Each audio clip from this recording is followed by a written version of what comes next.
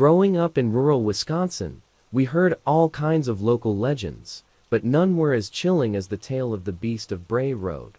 Some said it was a werewolf, others called it a cryptid, but everyone agreed on one thing: it was something to be feared. I never gave it much thought, chalking it up to overactive imaginations and local lore.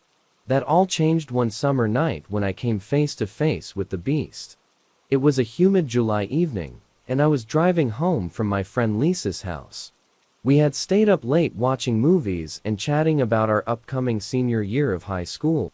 I took the long way home, a route that led me down Bray Road. The road was a narrow, winding path through dense woods, with barely any streetlights to guide the way. As I drove, I rolled down the windows, letting the cool night air flow through the car. The moon was full, casting an eerie glow over the landscape. I was lost in my thoughts, the hum of the engine and the chirping of crickets, my only companions. Suddenly, my headlights caught something on the side of the road.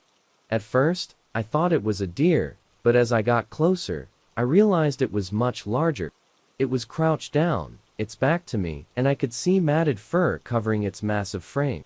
My heart pounded in my chest as I slowed the car, trying to get a better look. The creature turned its head, and I caught a glimpse of glowing yellow eyes. My breath caught in my throat. This was no ordinary animal. It stood up on its hind legs, towering over my car, its face a grotesque mix of human and wolf-like features. I was paralyzed with fear, unable to move or even breathe. The beast let out a low growl, a sound that vibrated through the air and sent chills down my spine. It bared its sharp teeth, its lips curling back in a snarl. For a moment, we were locked in a silent standoff, my car idling in the middle of the road, the beast standing menacingly before me. In a flash, it lunged at the car. I snapped out of my daze and slammed on the gas, tires screeching as I sped away. I glanced in the rearview mirror and saw the beast chasing me, its powerful limbs propelling it forward with terrifying speed. I pushed the car as fast as it would go, my hands gripping the steering wheel so tightly my knuckles turned white. The beast kept pace with me, its eyes glowing in the darkness. It swiped at the back of the car, its claws scraping against the metal with a screech. I swerved, trying to shake it off, but it was relentless. Just when I thought it would catch me, it suddenly stopped, standing in the middle of the road, watching me as I sped away. I didn't stop until I reached the safety of my driveway, my heart racing and my mind reeling from what I had just experienced.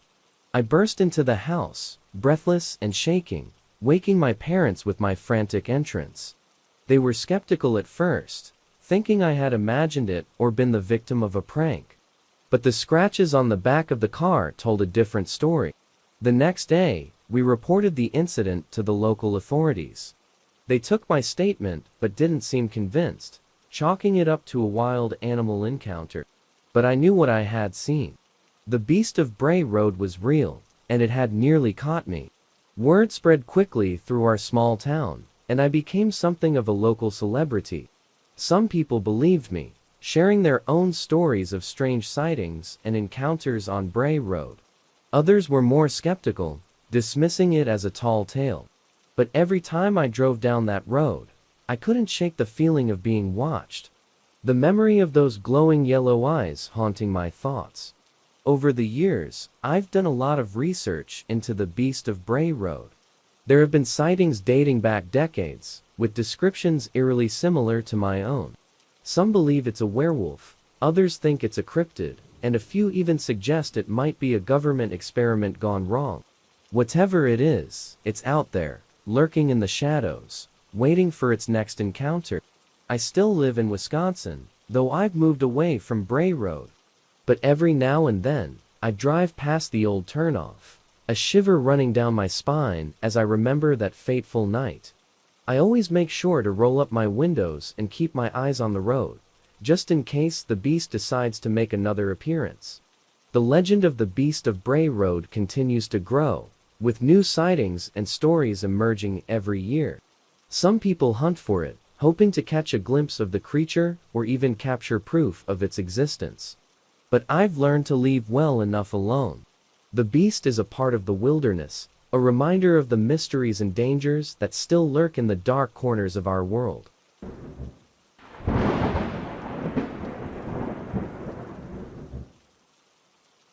Growing up in the Pine Barrens of New Jersey, tales of the Jersey Devil were as common as ghost stories around a campfire. My friends and I would often laugh about the legend, dismissing it as a product of overactive imaginations and local folklore. But one night, an encounter in those dark woods changed my perception forever. It was a cool October evening, and my friends and I had decided to go camping in the Pine Barrens. We set up our tents in a small clearing surrounded by towering pines, the dense forest closing in around us. As the sun set, we built a fire and sat around it, sharing stories and roasting marshmallows. As the night wore on, the conversation inevitably turned to the Jersey Devil. Jake, always the joker, started making eerie noises and scratching at the ground with a stick, trying to spook us. We laughed it off, but there was an underlying tension in the air, a sense of unease that none of us could shake. Around midnight, we decided to call it a night. The fire had burned down to embers, casting a dim, flickering light. I crawled into my sleeping bag, the sounds of the forest filling my ears. Crickets chirped, leaves rustled, and somewhere in the distance, an owl hooted. I closed my eyes, trying to drift off to sleep. Just as I was about to doze off, I heard a strange noise. It was a high-pitched screech, unlike anything I had ever heard before. I sat up, my heart pounding in my chest. My friends were already awake, their eyes wide with fear. "What was that?" Sarah whispered, her voice trembling. "I don't know," I replied, straining to listen. The screech came again, closer this time. It was followed by the sound of heavy footsteps, crunching through the underbrush. We grabbed our flashlights and shone them into the darkness, but the beams barely penetrated the thick foliage. "Maybe it's just an animal," Jake suggested, but his voice lacked its usual bravado. Suddenly, the footsteps stopped, and the forest fell eerily silent. We held our breath, waiting. Then, out of nowhere, a figure burst through the trees and into our campsite. It was tall, with leathery wings and glowing red eyes. Its face was twisted into a grotesque snarl, and it had long, clawed hands. We screamed, scrambling to our feet and backing away. The creature let out another ear-piercing screech and lunged at us. I tripped over a tree root and fell to the ground, my flashlight skittering away. The thing was on me in an instant, its hot breath on my face and its claws digging into my shoulders. I looked up to see Jake holding a flare gun, the bright light still burning. He had fired it just in time, scaring the creature away. We didn't waste any time.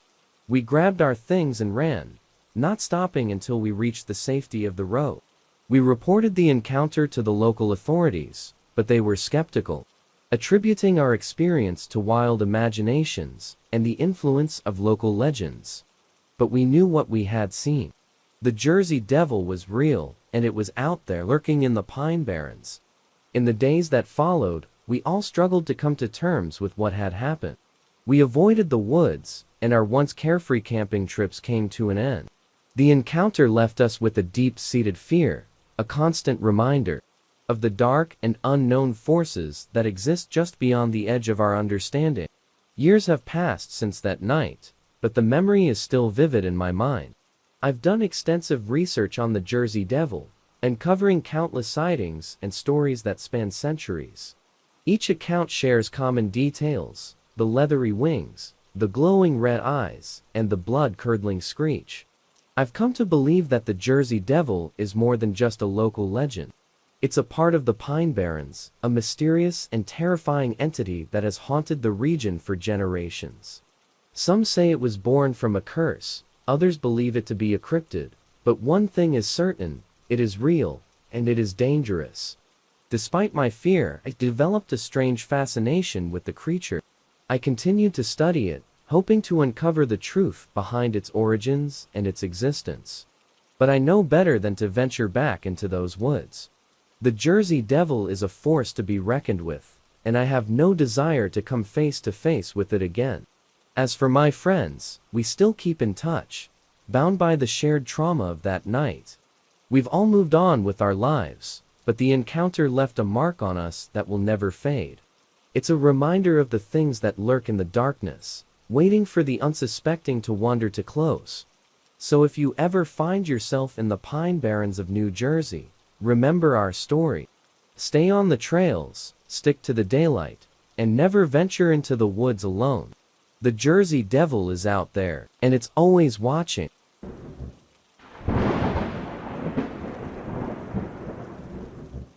Story 27, The Loup-Garou. Growing up in the heart of Louisiana, I was no stranger to the rich tapestry of local legends and folklore.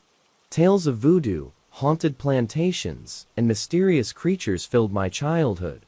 But none were as chilling as the legend of the Loup-Garou, the Cajun werewolf. I always dismissed it as mere superstition until one fateful night shattered my disbelief. It was late summer, and the swamp was alive with the sounds of crickets and croaking frogs. My friends and I had decided to spend the weekend at a remote cabin deep in the bayou, eager for a few days of fishing, barbecuing, and telling ghost stories by the fire. The journey there was uneventful, though the deeper we ventured, the thicker the air seemed to become, heavy with humidity and the scent of decaying vegetation. The first night passed peacefully. We fished during the day, pulling in catfish and bass, and spent the evening cooking our catch and sharing beers around the fire. As darkness fell, the conversation inevitably turned to local legends. Robbie, always the storyteller, brought up the Loup-Garou. "Y'all ever heard of the Loup-Garou?" he asked, his voice low and dramatic. "It's a werewolf that roams these parts. They say it was cursed by a voodoo priestess and is forced to transform every full moon." We laughed, dismissing it as just another ghost story. But as the night wore on and the shadows deepened, I couldn't shake a growing sense of unease. The full moon hung low in the sky, casting an eerie glow over the swamp. Around midnight, I decided to take a walk to clear my head. The others were still around the fire, their laughter fading as I moved away from the cabin. The swamp was eerily quiet, the usual chorus of nocturnal creatures silenced. I walked along a narrow path, the only light coming from my flashlight and the dim glow of the moon. As I ventured further, I heard a rustling in the underbrush. I stopped, shining my flashlight towards the noise. At first, I saw nothing but the dense foliage. Then, a pair of glowing yellow eyes appeared, staring back at me from the darkness.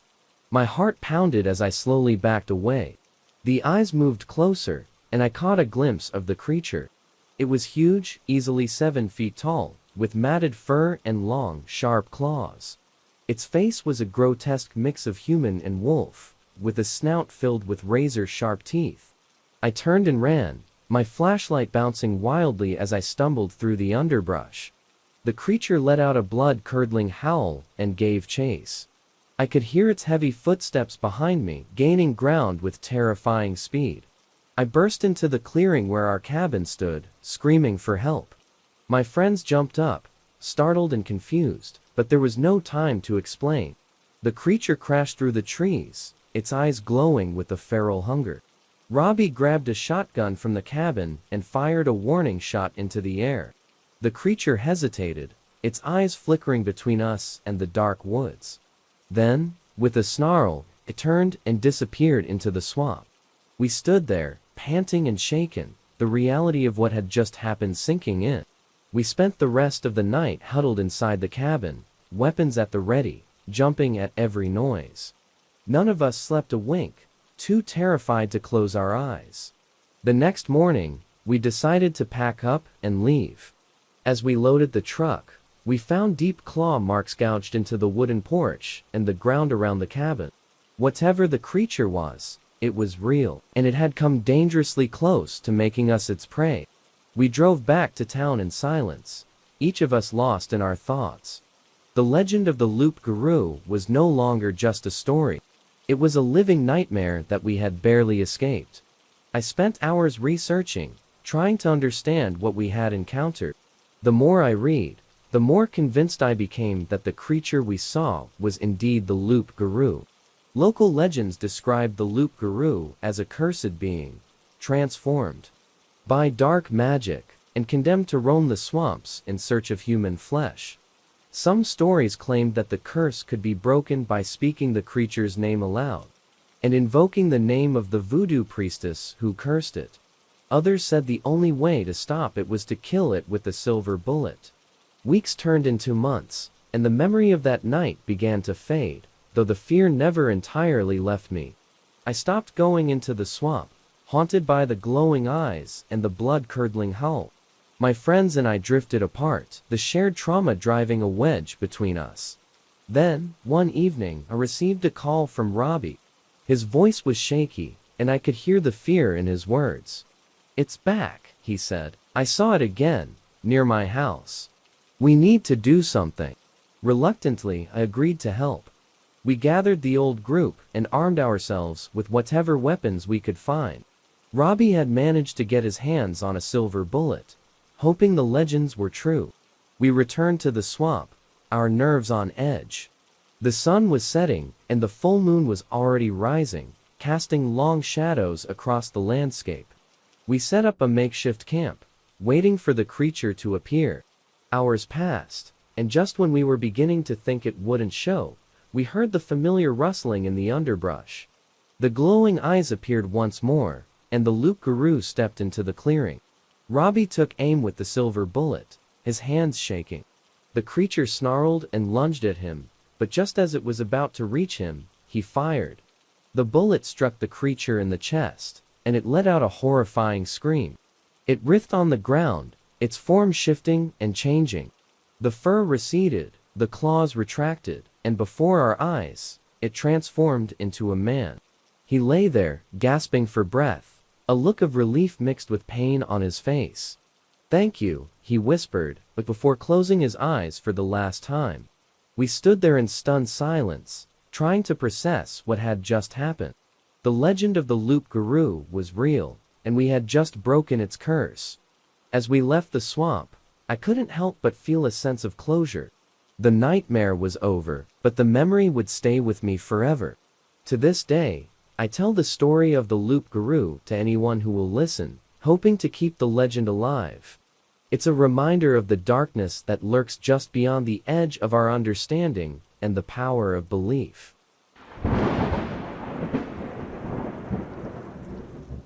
Living in the Southwest, I'd heard countless stories about skinwalkers, the shape-shifting witches of Navajo legend.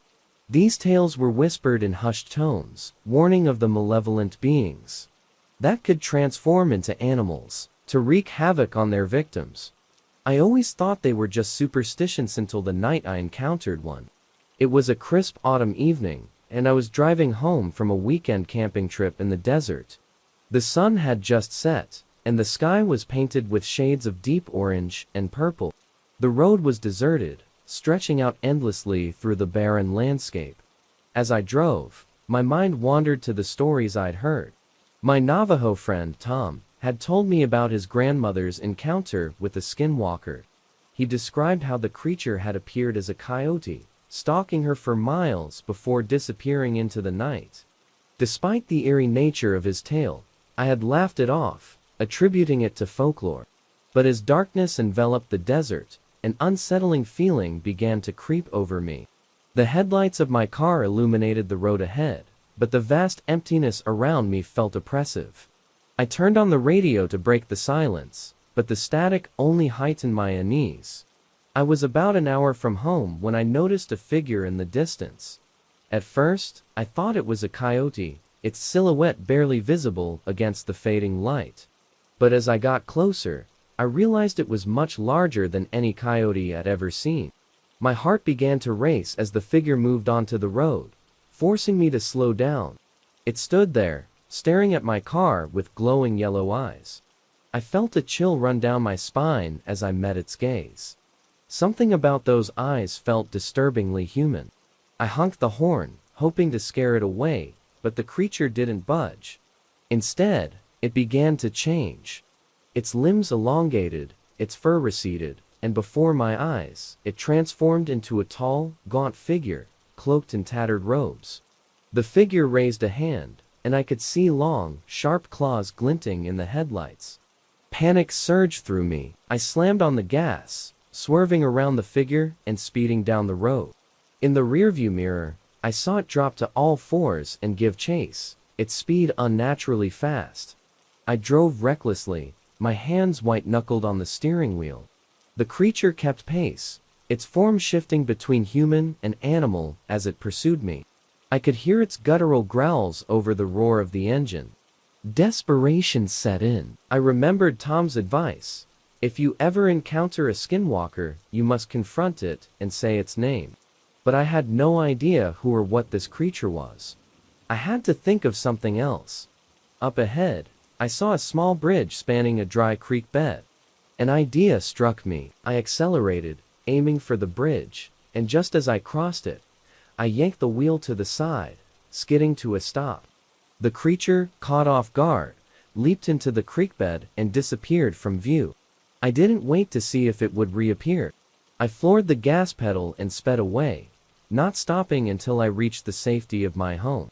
I bolted the door behind me, my heart still pounding. I called Tom and recounted what had happened. He listened in silence, and when I finished, he told me to stay inside and not to open the door for anyone that night. The hours crawled by, and I jumped at every sound. Around midnight, there was a knock at the door. I froze, fear gripping me. The knock came again, louder this time. "Who's there?" I called out, my voice shaking. "It's Tom," came the reply. But something was off. The voice sounded distorted, unnatural. I remembered Tom's warning and stayed put. The knocking grew more insistent, and the voice continued to call my name, begging me to let it in. I ignored it, praying it would go away. Eventually, the knocking stopped. I stayed awake the rest of the night, clutching a kitchen knife and waiting for dawn. When the first light of day broke, I finally felt safe enough to open the door. There were no signs of anyone outside, but deep claw marks were gouged into the wood of the door. I shuddered, realizing how close I'd come to letting the creature inside. I called Tom again, and he came over to cleanse my house with sage and prayers. He told me that skinwalkers were drawn to fear and that I needed to remain strong and vigilant. In the days that followed, I couldn't shake the feeling of being watched. Shadows seemed to move on their own, and I heard strange noises at night. I avoided the desert roads and stayed close to home, hoping the creature would lose interest. One evening, about a week after the encounter, I saw the glowing yellow eyes again, this time outside my bedroom window. I confronted it, shouting into the darkness, "I know what you are. Leave me alone." The eyes blinked, and the creature let out a low growl before disappearing into the night. I haven't seen it since, but the memory of that night still haunts me. The legend of the Skinwalker is no longer just a story to me. It's a chilling reality that lurks in the shadows, waiting for its next victim. I had always loved camping.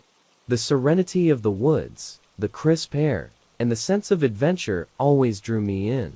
That all changed during one fateful trip to the forests of Michigan, where I encountered the legendary Dogman. It was early autumn when my friends and I decided to take a weekend trip to a secluded campsite near the Manistee National Forest. We were a group of 6, myself, my best friend Mark, his girlfriend Lisa, and 3 other close friends Sarah, Dave, and Jen. We had all heard the local legends about the Dogman, a werewolf-like creature, said to haunt the area, but we laughed them off as mere folklore. The first day of our trip was perfect. We set up our tents, fished in a nearby stream, and enjoyed a hearty dinner around the campfire. As night fell, we sat around the fire, sharing ghost stories and laughing about the absurdity of the Dogman legend. Little did we know, we were about to experience a terror beyond our wildest nightmares. Around midnight, the laughter died down, and we decided to call it a night. We retreated to our tents, and soon, the forest was silent, except for the gentle rustling of leaves. I was just drifting off to sleep when I heard a low, guttural growl that seemed to echo through the trees. I sat up, my heart pounding. The growl came again, closer this time. I glanced over at Mark, who was in the tent next to mine. His silhouette was visible through the fabric, and I could tell he was awake and alert. "Did you hear that?" I whispered. "Yeah," he replied, his voice tense. "Stay quiet." The growling grew louder, accompanied by the sound of heavy footsteps crunching through the underbrush. I felt a chill run down my spine. Whatever was out there, it was big. Suddenly, a blood-curdling howl pierced the night. It was unlike anything I had ever heard, deep, primal, and filled with a terrifying rage. The other tent stirred, and I could hear my friends murmuring in fear. "What the hell is that?" Lisa whispered, her voice shaking. "I don't know," Mark replied. "But it sounds like it's getting closer." The footsteps stopped, and for a moment, there was an eerie silence. Then, without warning, something massive slammed into the side of my tent, nearly knocking it over. I screamed and scrambled to the back, trying to put as much distance between myself and the creature as possible. Through the thin fabric, I could see a hulking figure, its eyes glowing a menacing yellow. It sniffed the air, and I could hear its labored breathing. The smell of wet fur and decay filled the tent, making me gag. "Everyone, stay in your tents," Mark shouted. "Don't move." The creature moved on, stalking around the campsite. It stopped in front of Mark and Lisa's tent, and I heard them holding their breath. The beast let out another bone-chilling howl, then slowly circled the other tents, sniffing and growling. For what felt like an eternity, we sat frozen in fear, listening to the creature as it prowled around our campsite. Finally, after what seemed like hours, the footsteps began to fade, and the growling grew distant. We waited in silence, too terrified to move. Eventually, Mark unzipped his tent and peered out. "I think it's gone," he whispered. One by one, we emerged from our tents, our faces pale with fear. The fire had long since died out, leaving us in near total darkness. Mark grabbed a flashlight and scanned the area. The beam of light revealed deep claw marks gouged into the ground and the sides of our tents. "What the hell was that thing?" Dave asked, his voice trembling. "I don't know," Mark said, shaking his head. "But we need to get out of here." We quickly packed up our gear, our movements hurried and frantic. The sense of unease was palpable, and we couldn't shake the feeling that we were being watched. As we made our way back to our cars, the forest seemed to close in around us, the shadows deepening, and the sounds of the night growing louder. We reached the parking area just as dawn was breaking. The sight of our cars brought a flood of relief, and we hurried to load our gear and get out of there. As we drove away, I glanced back at the forest, half expecting to see the creature watching us. But there was nothing, just the silent, brooding trees. In the days that followed, we tried to make sense of what had happened. We scoured the internet for information about the Dogman and read countless accounts of similar encounters. It seemed that we were not alone in our experience. Many others had reported seeing the beast, always in the same region, always under the cover of darkness. Mark and I visited a local historian who specialized in Michigan folklore. He told us that the Dogman legend dated back to the early settlers and Native American tribes. According to the stories, the creature was a shapeshifter, a protector of the land, who would appear whenever its territory was threatened. Whether or not the Dogman was real, one thing was certain: something had stalked us in those woods. The experience left us shaken, and we vowed never to return to that campsite. To this day, the memory of that night lingers in my mind.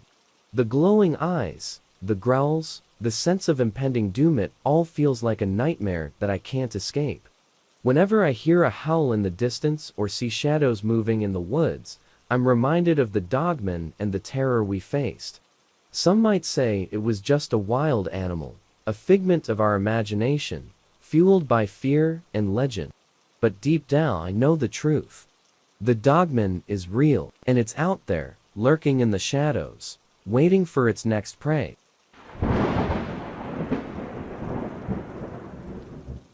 Growing up on a Navajo reservation, I had heard countless stories about skinwalkers. These malevolent witches could transform into animals and wreak havoc on anyone unfortunate enough to cross their path. I always thought they were just tales to scare children until the night I encountered one myself. It was a cold winter evening, and I had just returned home from a long day at the community center where I worked. My family lived in a small, remote house near the edge of the reservation, surrounded by dense forest.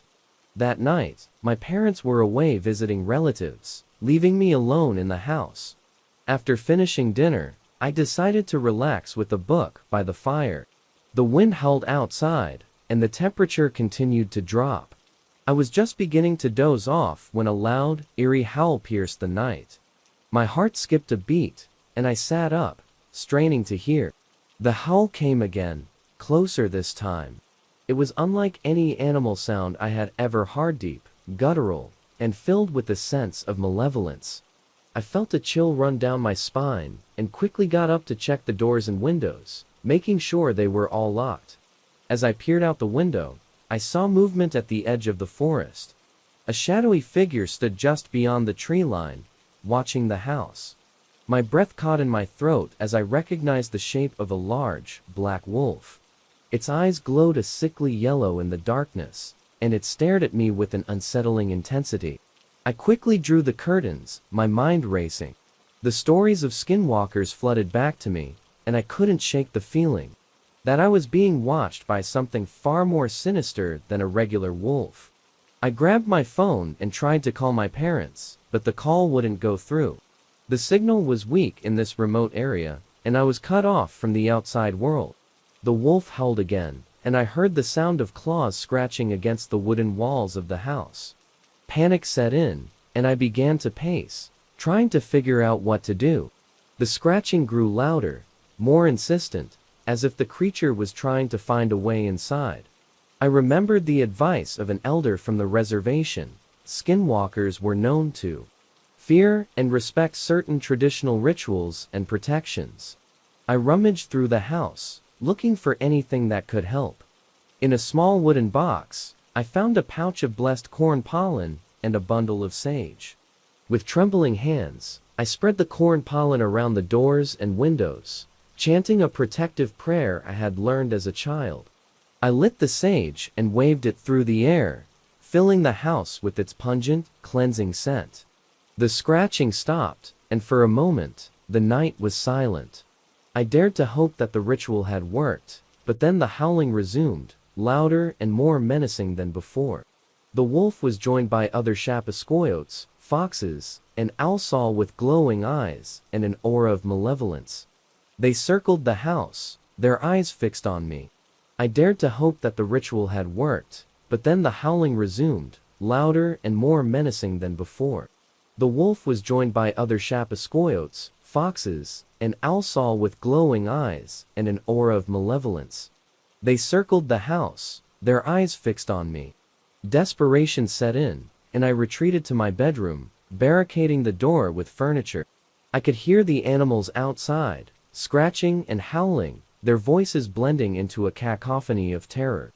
I huddled in the corner, clutching the pouch of corn pollen and praying for dawn. The hours dragged on, and sleep was impossible. I kept my eyes fixed on the door, half expecting it to burst open at any moment. The howl outside grew more frenzied, as if the creatures were growing impatient. As the first light of dawn began to filter through the windows, the howling ceased. The forest fell silent, and the oppressive atmosphere lifted. I cautiously emerged from my room, my heart still pounding. I looked out the window and saw no trace of the animals. The ground around the house was covered in claw marks and tufts of fur, but the creatures were gone. I breathed a sigh of relief and quickly gathered my things, eager to leave the house and seek safety with my family. I drove to my aunt's house, my mind still reeling from the night's events. When I arrived, I told her and my cousins everything that had happened. They listened with grave expressions and nodded knowingly. "You encountered a skinwalker," my aunt said. "They are drawn to fear and negativity. It is good you use the corn pollen and sage, but you must also protect your spirit. She gave me a necklace with a turquoise pendant, blessed by the tribe's medicine man, and instructed me to wear it at all times. The turquoise was believed to ward off evil spirits and bring protection. In the weeks that followed, I couldn't shake the memory of that night. I was constantly on edge, always looking over my shoulder. The sense of being watched never fully left me, and I often woke up in the middle of the night, haunted by dreams of glowing eyes and howling beasts. One evening, I visited the elder who had taught me the protective rituals. I told him about my encounter, and he listened intently, his eyes full of wisdom and concern. Skinwalkers are powerful beings, he said. They feed on fear, and can only be defeated by confronting them with courage and strength. You must find inner peace and balance. Only then will you be truly protected. He taught me more about the traditional practices of our people, emphasizing the importance of staying connected to our heritage and the natural world. With his guidance, I began to meditate and participate in community rituals, seeking to strengthen my spirit and resolve. Over time, the nightmares faded, and the sense of dread lessened. I became more attuned to the rhythms of nature and the teachings of my ancestors. The necklace my aunt had given me never left my neck, and I felt a growing sense of protection and peace. Years later, I returned to the forest where I had encountered the Skinwalker. Armed with my newfound knowledge and inner strength, I faced the memories of that terrifying night head-on. The forest no longer seemed as menacing. Instead, it felt like a place of mystery and ancient wisdom. The legend of the Skinwalker remains a powerful reminder of the unseen forces that exist in our world. While some may dismiss these stories as mere superstition, I know better. My encounter with the Skinwalker taught me to respect the unknown and to find strength in my heritage and traditions.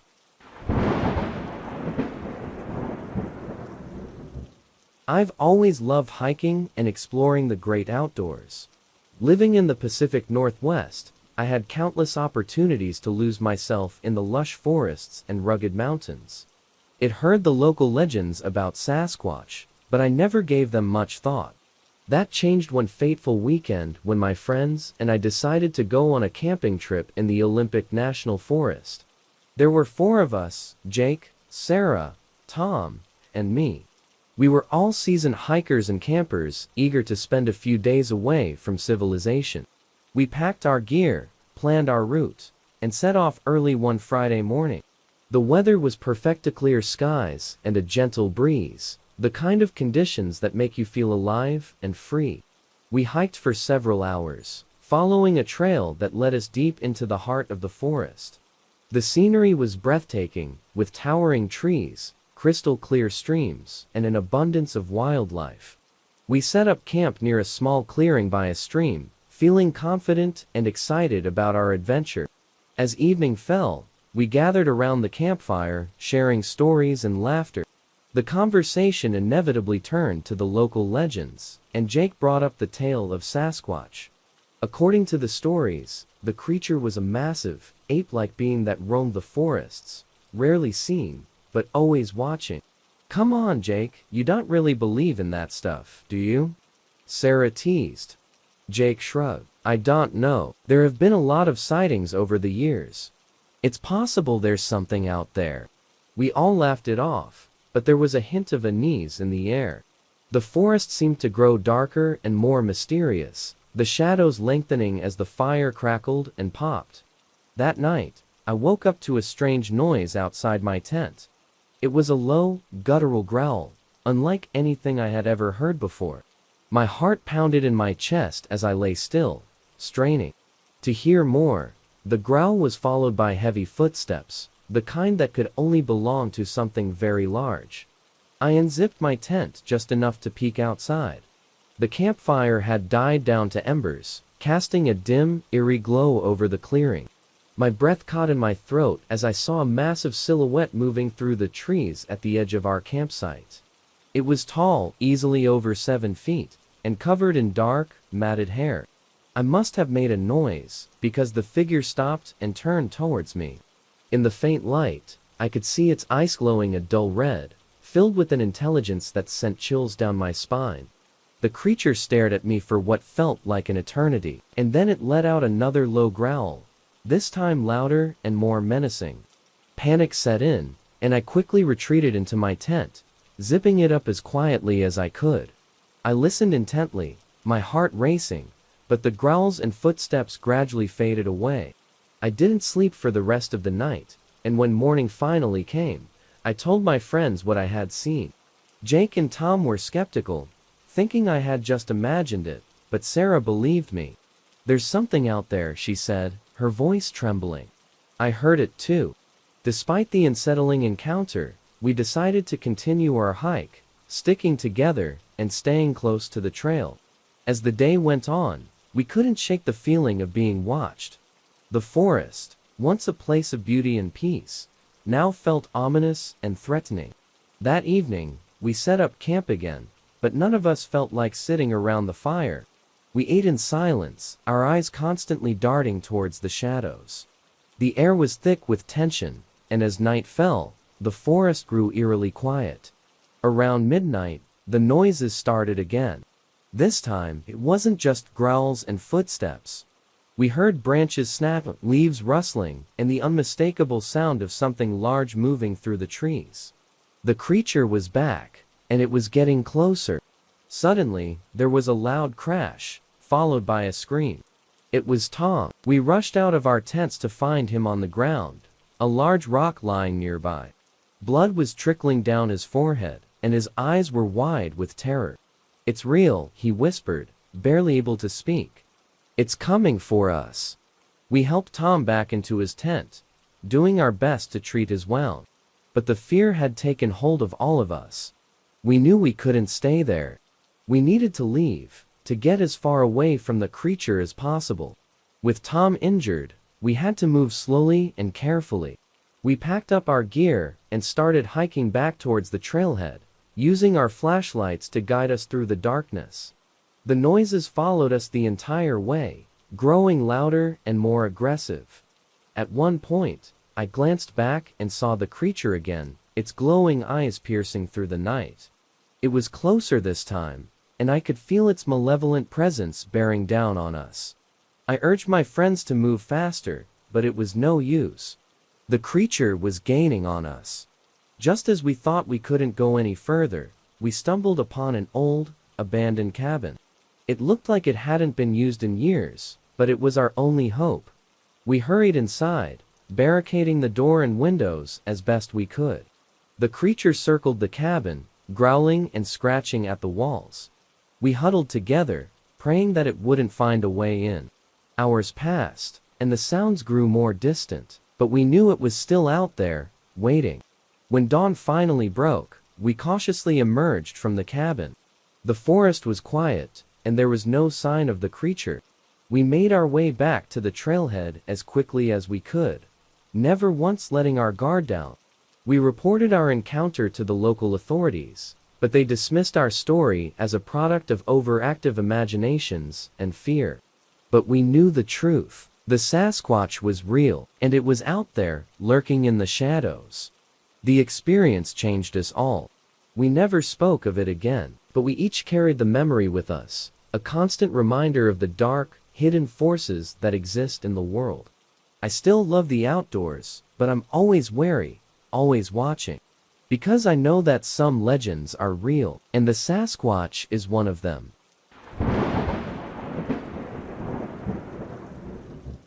I had always been skeptical about the existence of cryptids, considering them to be nothing more than urban legends and figments of overactive imaginations.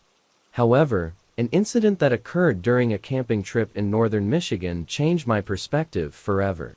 It was the height of summer when my friends and I decided to escape the city's heat and enjoy a weekend in the cool, dense woods of the Manistee National Forest. There were 5 of us: Jason, Emily, Trevor, Leela, and me.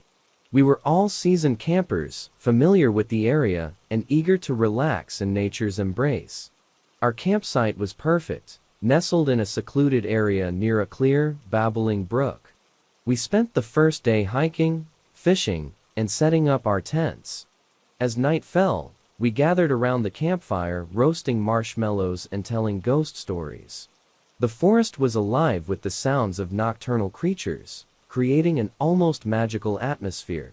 The conversation eventually turned to local legends, and Trevor, the storyteller of our group, brought up the tale of the Michigan Dogman. According to the legend, the Dogman was a creature with the body of a man and the head of a dog, standing over 7 feet tall and covered in dark fur. It was said to be extremely aggressive, attacking anyone who ventured too close to its territory. Come on, Trevor, you don't really believe in that stuff, do you? Leela scoffed, her laughter echoing through the trees. Trevor shrugged. I'm just saying, we should be careful. There have been numerous sightings over the years. We all laughed it off, but a sense of unease lingered in the air. The night grew darker, the firelight casting flickering shadows that danced on the trees around us.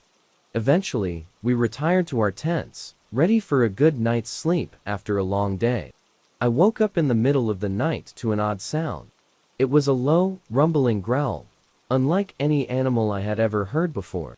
My heart began to race as I strained to listen. The growl was followed by the sound of something large moving just outside my tent. Cast an eerie glow over the campsite, illuminating a massive, dark figure standing near the fire pit. It was easily 7 feet tall, with broad shoulders and a head that was distinctly canine. My breath caught in my throat as the creature's glowing eyes locked onto mine. For a moment, we just stared at each other. Then, the creature let out a bone-chilling howl and began to move towards my tent. Panic set in, and I quickly zipped up the tent, hoping it would lose interest. My mind raced with fear and disbelief. This couldn't be happening. The Dogman was just a myth, wasn't it? I heard Jason stir in his tent nearby. Did you hear that? He whispered, his voice trembling. Yeah, I replied, my voice barely audible. There's something out there. We lay in silence, listening as the creature continued to move around the campsite. It sniffed at the tents, growling and scratching at the ground. I could hear my friends whispering in their tents, all of us paralyzed with fear. Hours passed, and the noises eventually faded away. When dawn finally broke, we emerged from our tents, exhausted and shaken.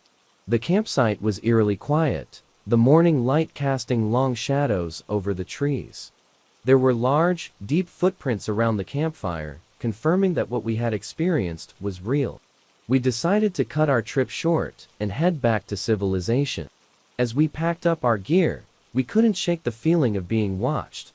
The forest, once a place of peace and beauty, now felt oppressive and threatening. On the hike back to our car, we heard strange noises in the distance, low growls and snapping branches. We moved quickly, our senses on high alert. Every rustle of leaves, every crack of a twig, sent waves of anxiety through us. Once we reached the safety of our vehicle, we drove back to town without looking back. We reported our encounter to the local authorities, but they were skeptical, dismissing it as a case of mistaken identity or an overactive imagination. But we knew what we had seen. The Dogman was real, and it had marked its territory that night. The experience left a deep scar on all of us.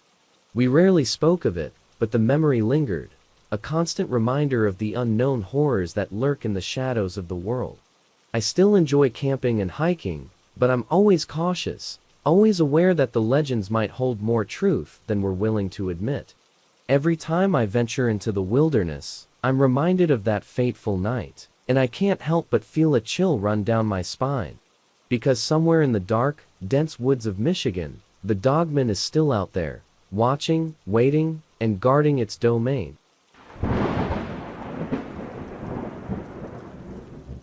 When we reached our campsite, we hastily packed our gear, too scared to stay another moment. We drove through the night, the desert landscape a blur outside the windows.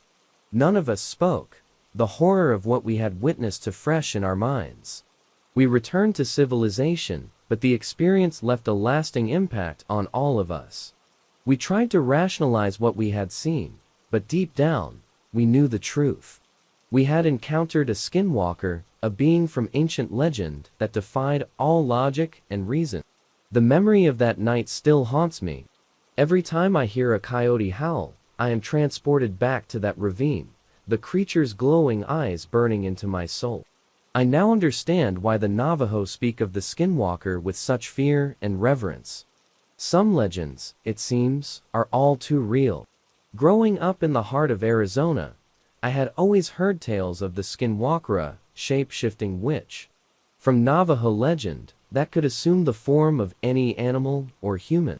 As kids, my friends and I would scare each other with stories of these terrifying beings, but none of us ever believed they were real. That changed for me during a trip to the Painted Desert, where I encountered something that still haunts my dreams. It was the summer after high school graduation, and my friends and I decided to go on one last adventure before parting ways for college. We planned a week-long camping trip in the Painted Desert, a place known for its stunning landscapes and ancient history. There were 4 of us: Kevin, Lisa, Rachel, and me. The first few days were amazing. We hiked through breathtaking canyons, explored ancient ruins, and watched the sunset paint the desert in vibrant hues of red and orange. On the 4th night, we decided to camp near an old Navajo site that Kevin had read about. The site was said to be haunted, but we dismissed it as nothing more than superstition. As night fell, we built a campfire and sat around it, sharing stories and roasting marshmallows. The sky was clear, and the stars shone brightly above us. It was a perfect night, or so we thought. Around midnight, we heard a distant howl. At first, we thought it was a coyote, but the sound was unlike any animal we had ever heard. It was low, guttural, and seemed to echo through the desert. We exchanged uneasy glances, trying to laugh it off, but the atmosphere had changed. The once comforting darkness now felt menacing. Kevin, always the adventurous one, suggested we investigate. Despite our better judgment, we grabbed our flashlights and set off in the direction of the sound. The desert was eerily silent, the only noise being the crunch of our footsteps on the dry ground. We reached a small ravine and saw something that made our blood run cold. In the dim light, we spotted a figure crouching by a rock. It looked like a man, but something was off. Its limbs were too long, its movements too fluid and animalistic. It seemed to sense our presence and slowly turned to face us. The creature's eyes glowed with an unnatural light, and its face contorted into a hideous grin. Without warning, it stood up and began to shift. Its body elongated, bones cracking and reforming, as it transformed into a large coyote. We stood frozen in terror, unable to comprehend what we were seeing. Kevin, breaking the spell, whispered, "Run." We turned and sprinted back to our campsite, our hearts pounding in our chests. The creature didn't follow, but we could feel its eyes watching us, a malevolent presence lurking in the darkness.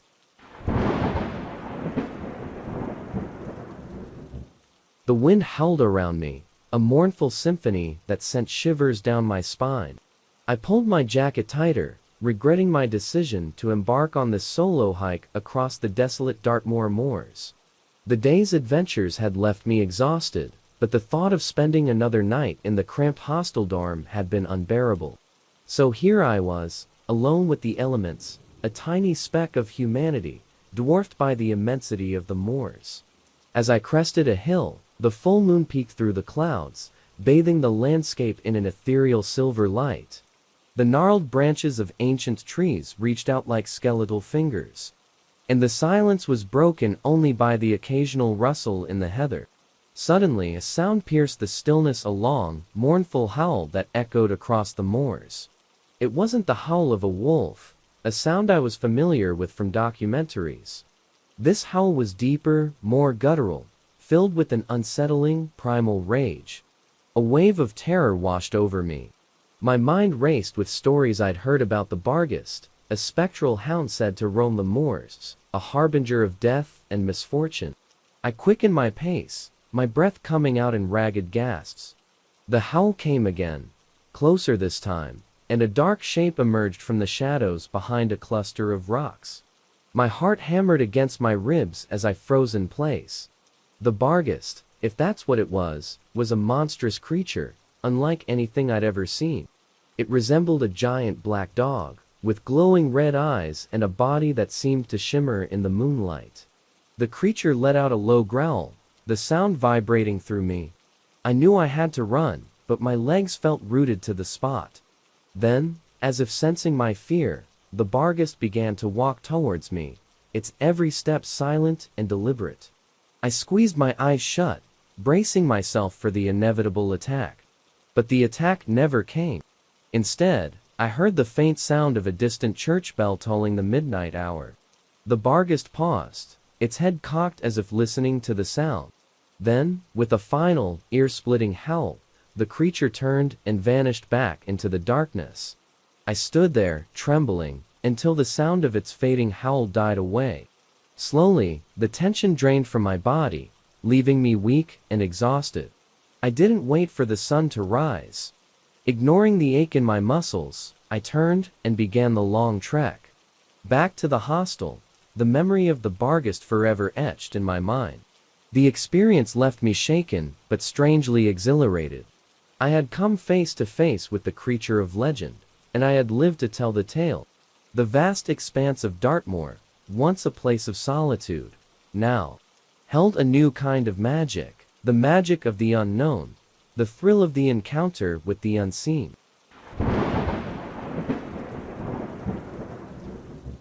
Boredom gnawed at me like a persistent mosquito. School was out, and the usual games of hide and seek with my friends held no appeal today. Restless, I wandered out of the village, drawn by the babbling of a hidden stream I'd stumbled upon on one of my previous explorations.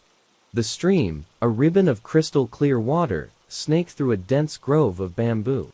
It was a place of tranquility, the only sound other than the water, the chirping of unseen birds.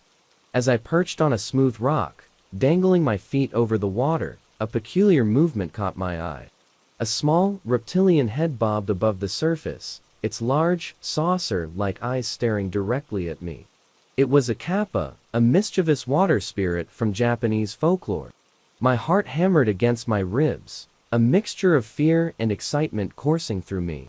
The Kappa, its body covered in a greenish-brown leathery skin, emerged from the water, balancing on a rock with surprising agility. It held a bowl-like indentation on top of its head, filled with water. I had heard stories of the Kappa, playful yet dangerous creatures, who lured unsuspecting children to the water and drowned them, stealing the water from their heads to replenish their own. But something about this particular Kappa intrigued me. It didn't appear as menacing as the stories described. It simply stared at me with an almost curious gaze. Hesitantly, I reached into my pocket and pulled out a rice cake, a traditional offering to appease the Kappa. I tossed it onto the bank, near the water. The Kappa's eyes widened in surprise. It glanced at the rice cake, then back at me. With surprising dexterity, it reached out a long, webbed hand and snatched the offering. It gobbled down the rice cake with the sound of delight, then bowed its head in a manner that could almost be construed as gratitude. To my astonishment, the Kappa began to speak, its voice high-pitched and raspy. "Thank you for the offering, young one. You are braver than most." A nervous giggle escaped my lips. I didn't mean any harm." The Kappa chuckled, a sound like gurgling water. "And I mean you none. But be careful, child. The water holds secrets, and curiosity can be a double-edged sword." The Kappa dipped its head back into the stream, a mischievous glint in its eyes. "Perhaps another time," it croaked, then vanished with a splash. I sat there, bewildered by the encounter. The Kappa, a creature of legend, had not kidnapped me or stolen the water from my head. Instead, it had engaged in a brief exchange, a cryptic warning veiled in its parting words. From that day on, my visits to the stream were filled with a newfound respect. The Kappa, a mischievous yet strangely endearing creature, had become a reminder of the hidden magic that lurked just beneath the surface of the ordinary world. But I never forgot the Kappa's warning. Curiosity could be a dangerous thing. especially when it led you to the secrets of beings that belong to the realm of folklore.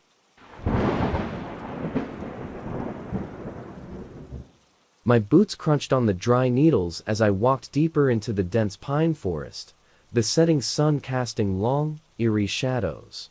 I was following an old, overgrown trail, hoping to find a hidden cave rumored to be a sacred site for the Navajo people.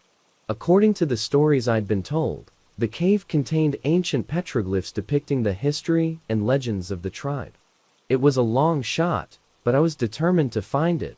As the sun dipped below the horizon, plunging the forest into semi-darkness, a sense of unease settled over me. The rustling of leaves and the distant hooting of an owl seemed amplified in the stillness. Suddenly, a low growl pierced the air, a sound that sent shivers down my spine. The fur on the back of my neck stood on end as I spun around, searching the darkening forest for the source of the sound. There was nothing but shadows, the towering pines casting grotesque shapes in the fading light. Taking a deep breath, I tried to convince myself it was just a coyote, a common sound in these parts. But something didn't feel right. The silence that followed the growl was thick and oppressive, broken only by the frantic beating of my heart. Then, I heard them whispers.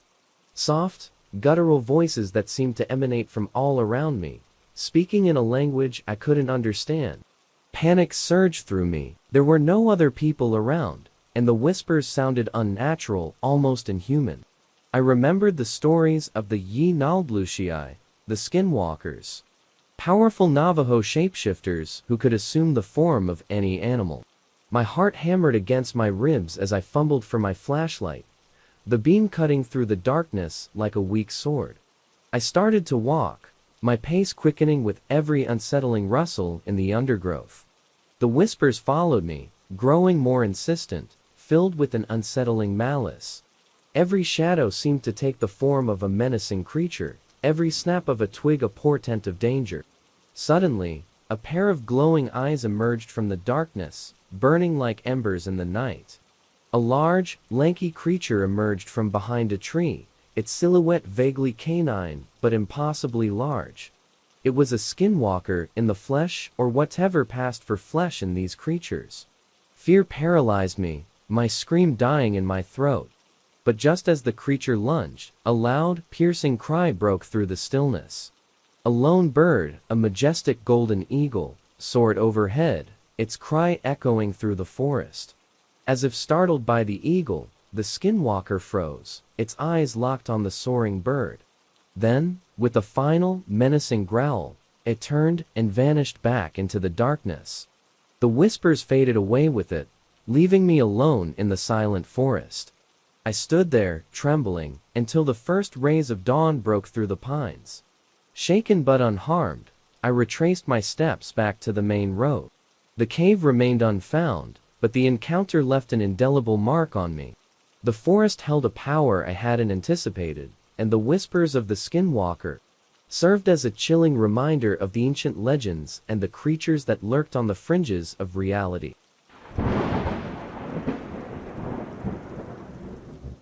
An exhilarating sense of adventure filled me as I hiked along the winding mountain path. The crisp morning air invigorated me, and the breathtaking panorama of the Drakensberg Mountains unfolded before me like a tapestry woven from nature's finest threads. My mission was to document the region's unique plant life, many of them undiscovered by the scientific community. Each step deeper into the wilderness was a step towards uncovering the secrets held within this ancient ecosystem. Lost in the beauty of my surroundings, I strayed from the marked path, lured by the promise of a rare flower peeking from behind a rocky outcrop. Time seemed to slip away as I meticulously documented my discovery, sketching its delicate petals and vibrant colors in my field notebook. As the sun began its descent, casting long shadows across the valleys, a wave of panic washed over me. I had become disoriented, the familiar landmarks obscured by the gathering darkness. Lost and alone, a sense of dread crept into my heart. The Drakensberg Mountains were notorious for their unpredictable weather and treacherous terrain. Nightfall arrived swiftly, blanketing the mountains in an inky blackness. The symphony of birdsong was replaced by the eerie chirping of nocturnal insects and the occasional howl of a distant predator. I huddled beneath a rocky overhang, shivering in the cold mountain air. Fear gnawed at me, fueled by the stories whispered around campfires. Stories of the Mbanji, a shape-shifting serpent said to lure unsuspecting travelers astray. Just as despair threatened to consume me, a sound pierced the silence, a hauntingly beautiful melody, like a flute played on the wind. The music was hypnotic, filled with an otherworldly charm that both soothed and chilled me to the bone. Curiosity battling fear, I followed the sound, its source, leading me deeper into the labyrinthine paths of the mountains. The melody grew louder, culminating in a clearing bathed in the ethereal glow of bioluminescent fungi. In the center of the clearing, coiled around a gnarled tree trunk, was a magnificent creature, unlike anything I had ever seen. It was a serpent, but its scales shimmered with an iridescent sheen, and its large eyes glowed with an intelligence that sent shivers down my spine. This was the Mbanji, the legendary shapeshifter. But instead of the monstrous predator I had envisioned, it seemed almostwise. The music swelled, a final flourish before fading away. The Mbanji uncoiled from the tree, its serpentine form gliding towards me with surprising grace. I braced myself, ready for the attack. But the Mbanji merely stopped a few feet away, its gaze fixed on me. Then, to my utter astonishment, it spoke. Its voice was a raspy whisper, yet it resonated with a strange power. "You are lost, little one," it said. I could only nod, speechless in the face of this magnificent creature. The Mbanji tilted its head, a gesture I somehow interpreted as understanding. Then, with another melodious whisper, it turned and began to glide back into the darkness. I hesitated for a moment, then followed, a strange sense of trust guiding me. The Mbanji led me through hidden paths and treacherous slopes, its presence a beacon in the darkness. Finally, as the first rays of dawn painted the sky with streaks of pink and orange, we emerged from the mountains. The familiar trail was laid out before me, a sight that brought tears to my eyes. The Mbanji paused, then with a final, knowing look, it vanished back into the undergrowth. I returned to my camp, changed by the experience. The Mbanji, the creature of legend, had not harmed me, but guided me back to safety. The encounter served as a reminder of the delicate balance between humans and nature, and the hidden wonders that reside in the wild corners of our world. The Drakensberg Mountains held not just undiscovered plant life, but also creatures of myth and legend, waiting to be encountered by those with open minds and a yearning for adventure.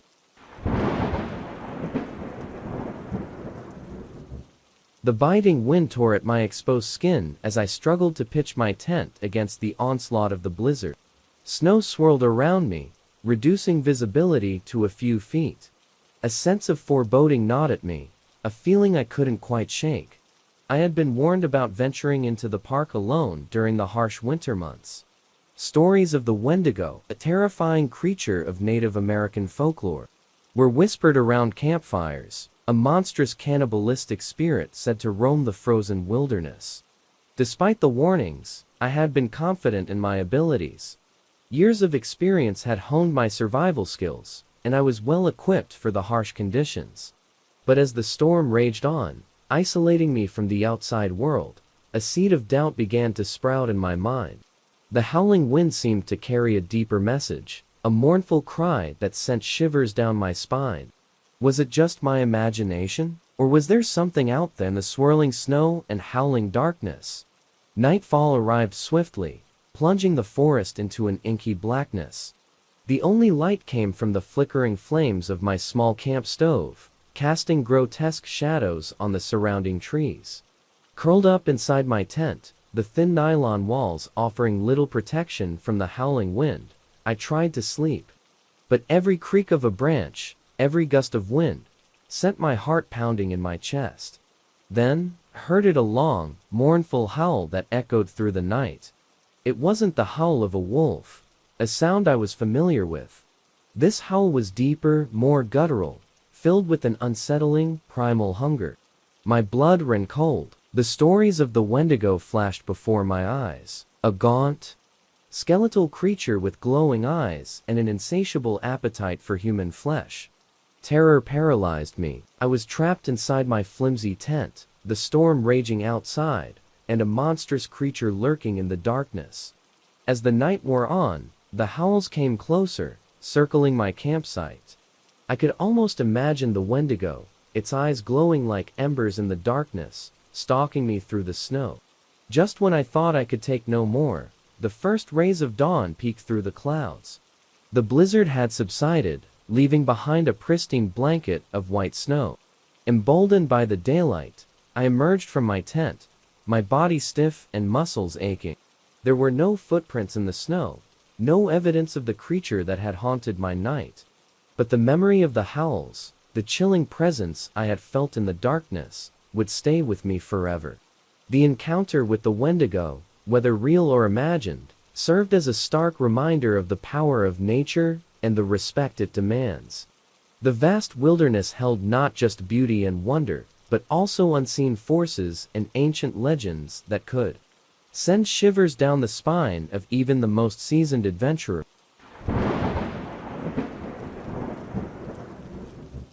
Sweat dripped down my brow as I hacked my way through the dense undergrowth. My muscles ached, and frustration bubbled within me. Weeks of searching had yielded nothing but blisters and a growing sense of despair. The rumors of a lost city, Akara, deep within the Congo Basin, had lured me here. A city of gold, they said, built by an ancient African civilization and forgotten by time. I had scoffed at the stories at first, but something about them gnawed at me. My greed, a bottomless pit that could never be filled, propelled me forward. I wouldn't rest until I found Akara and claimed its riches for myself.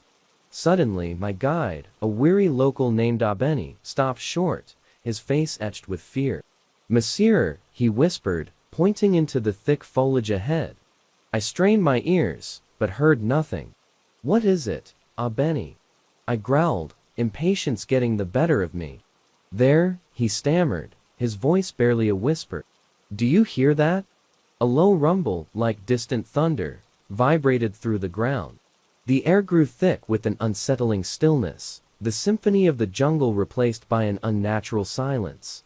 "What is that sound?" I asked, a tremor of fear creeping into my voice. Abeni shook his head, his eyes wide with terror. "It's the Kangamato, monsieur. A creature of legend, a giant serpent said to guard the secrets of the jungle." My heart pounded against my ribs. The Kangamato, a creature of myth? I scoffed at the notion. "There's no such thing," I declared, pushing past Abeni and continuing on my path. Abeni grabbed my arm, his grip surprisingly strong. "Please, monsieur, turn back. It is not safe." Ignoring his pleas, I pressed on, my greed fueling my determination.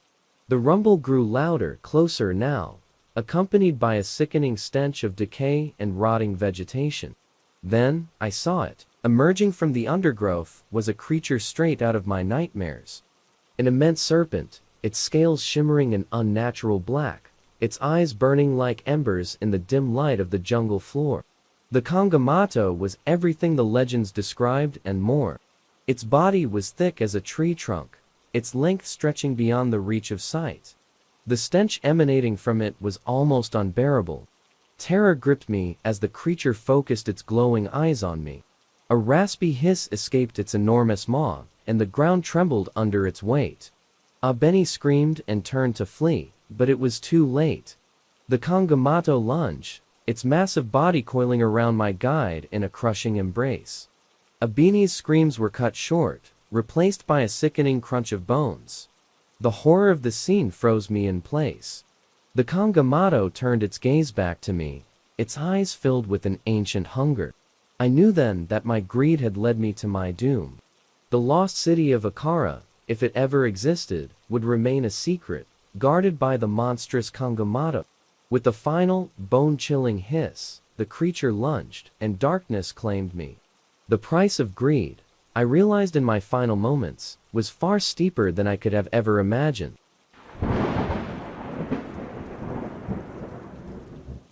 The wind howled across the moors, a mournful cry that sent shivers down my spine. Despite the years that had passed, the memory of my encounter with the Barghest remained vivid, a chilling reminder of the unseen forces that lurked beneath the surface of this seemingly ordinary landscape. Today, I led a group of eager young hikers across the vast expanse of Dartmoor. Their faces were filled with a mixture of excitement and apprehension, fueled by the stories and legends associated with this ancient land. As we traversed the windswept moors, I recounted the story of the Barghest, the spectral hound, said to be a harbinger of death. The youngsters listened with wide eyes, a healthy dose of skepticism mixed with a flicker of fear in their gazes. Suddenly, the thick mist that had shrouded us all morning intensified. Visibility dropped to a few feet, transforming the landscape into an eerie, ethereal realm. The wind picked up, carrying with it a mournful howl that echoed across the desolate moors. A wave of unease washed over me. The howling sounded eerily similar to the one I had heard on that fateful night years ago. "Don't worry," I assured the wide-eyed hikers, a tremor in my own voice betraying my forced confidence. "It's just the wind." But deep down, a primal fear gnawed at me. The howl came again, closer this time, and a sense of foreboding hung heavy in the air. The hikers huddled closer, their excited chatter replaced by nervous whispers. One of them, a young girl named Sarah, tugged at my sleeve. Is it real?" she asked, her voice barely a whisper. I swallowed hard. "Just stories," I managed, my voice not as convincing as I had hoped. Then, from within the swirling mist, a pair of glowing eyes emerged. Red orbs that seemed to pierce the very fabric of reality. Panic surged through me. The Barghest, it had returned. But unlike my previous encounter, this time, the creature emerged not as a monstrous hound, but as a shadowy figure, its form shifting and melding with the mist. It was a malevolent presence, a chilling manifestation of fear and despair. The Barghest let out a low growl, the sound vibrating through me. I knew I had to protect the hikers, even if it meant facing this terrifying entity myself.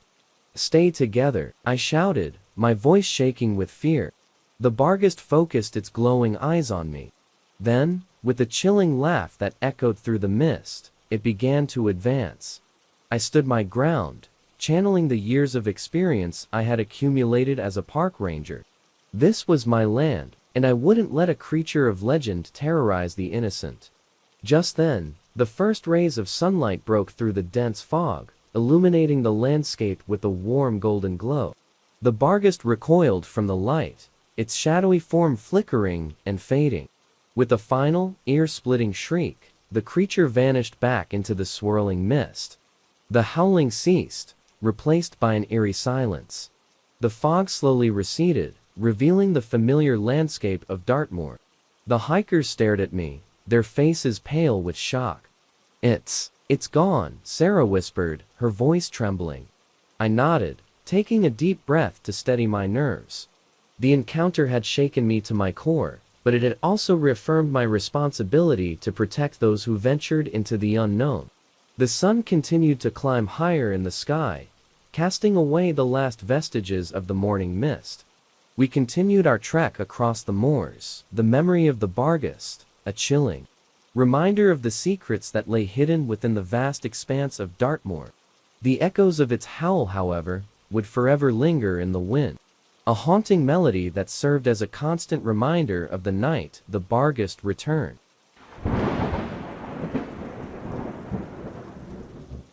An exhilarating sense of discovery filled me as I ventured deeper into the heart of the Redwood National Park. The towering redwoods, some reaching thousands of years old, cast me in their perpetual shade. Each step felt like a journey back in time, a pilgrimage into a primeval wilderness.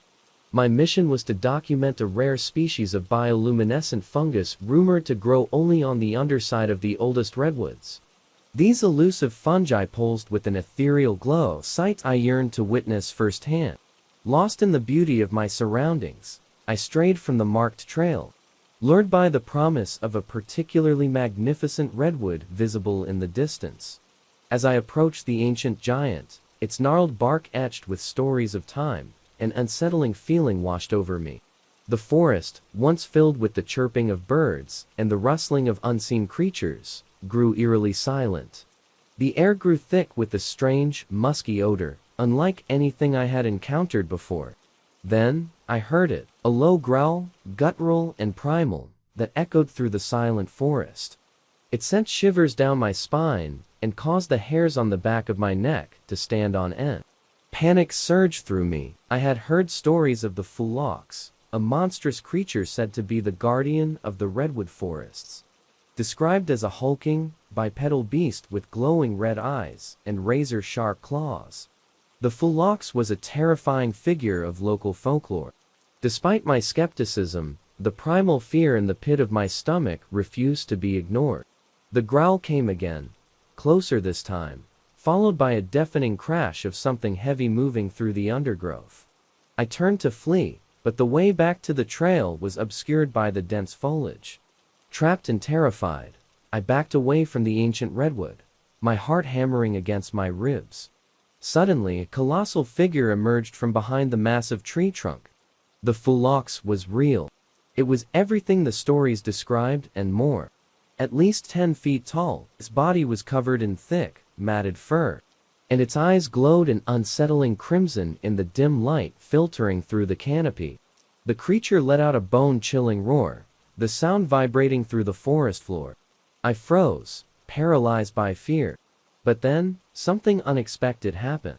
The Fulox didn't attack. Instead, it tilted its massive head, its glowing eyes seemingly peering into my soul. A low rumble, almost like a growl, emanated from its throat. Was it communicating? Terrified, a flicker of curiosity replaced my initial fear. I held my breath, unsure how to react. After a tense moment, the Fulox turned and lumbered away, disappearing back into the dense undergrowth. The forest, once eerily silent, came alive with the sounds of nature once more. Shaken but strangely unharmed, I eventually found my way back to the trail. The encounter with the Fulox left an indelible mark on me, while the scientific part of my mind yearned for a logical explanation.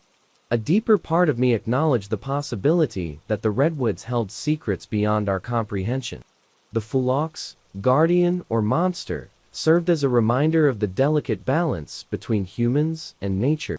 These ancient forests held not just undiscovered plant life, but also creatures of legend, perhaps protectors of a world older and wilder than we could ever.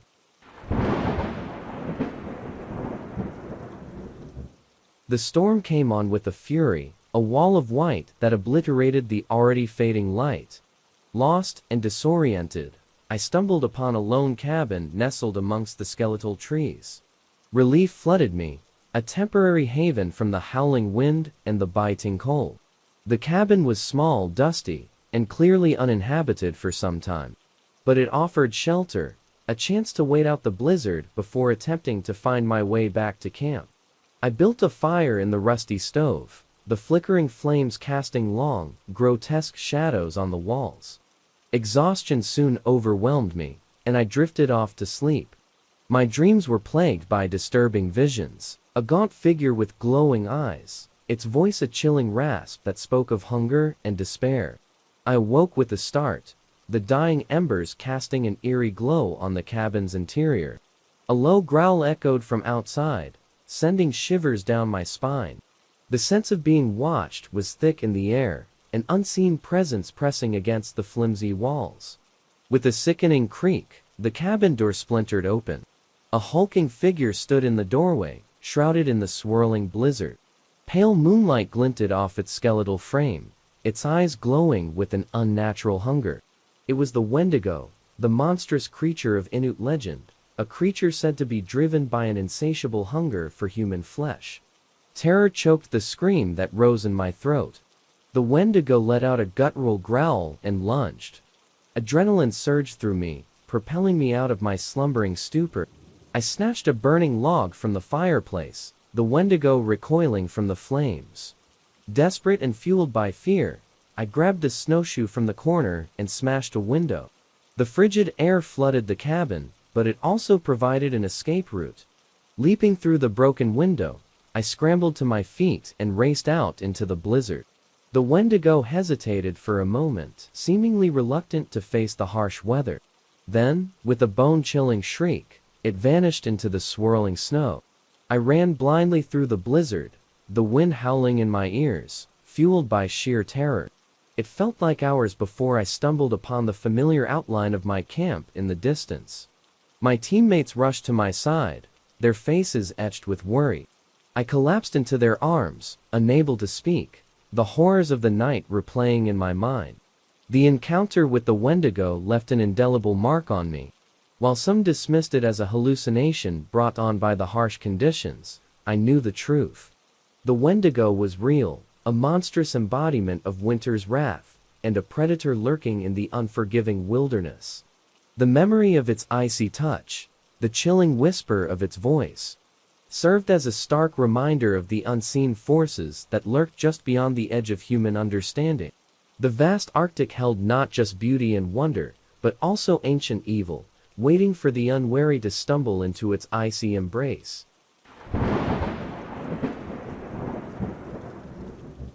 The campfire crackled merrily, casting flickering shadows on the faces of my friends huddled around it.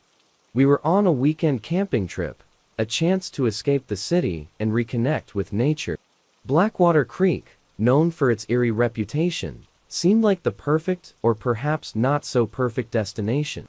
Despite the spooky stories, I considered myself a staunch skeptic.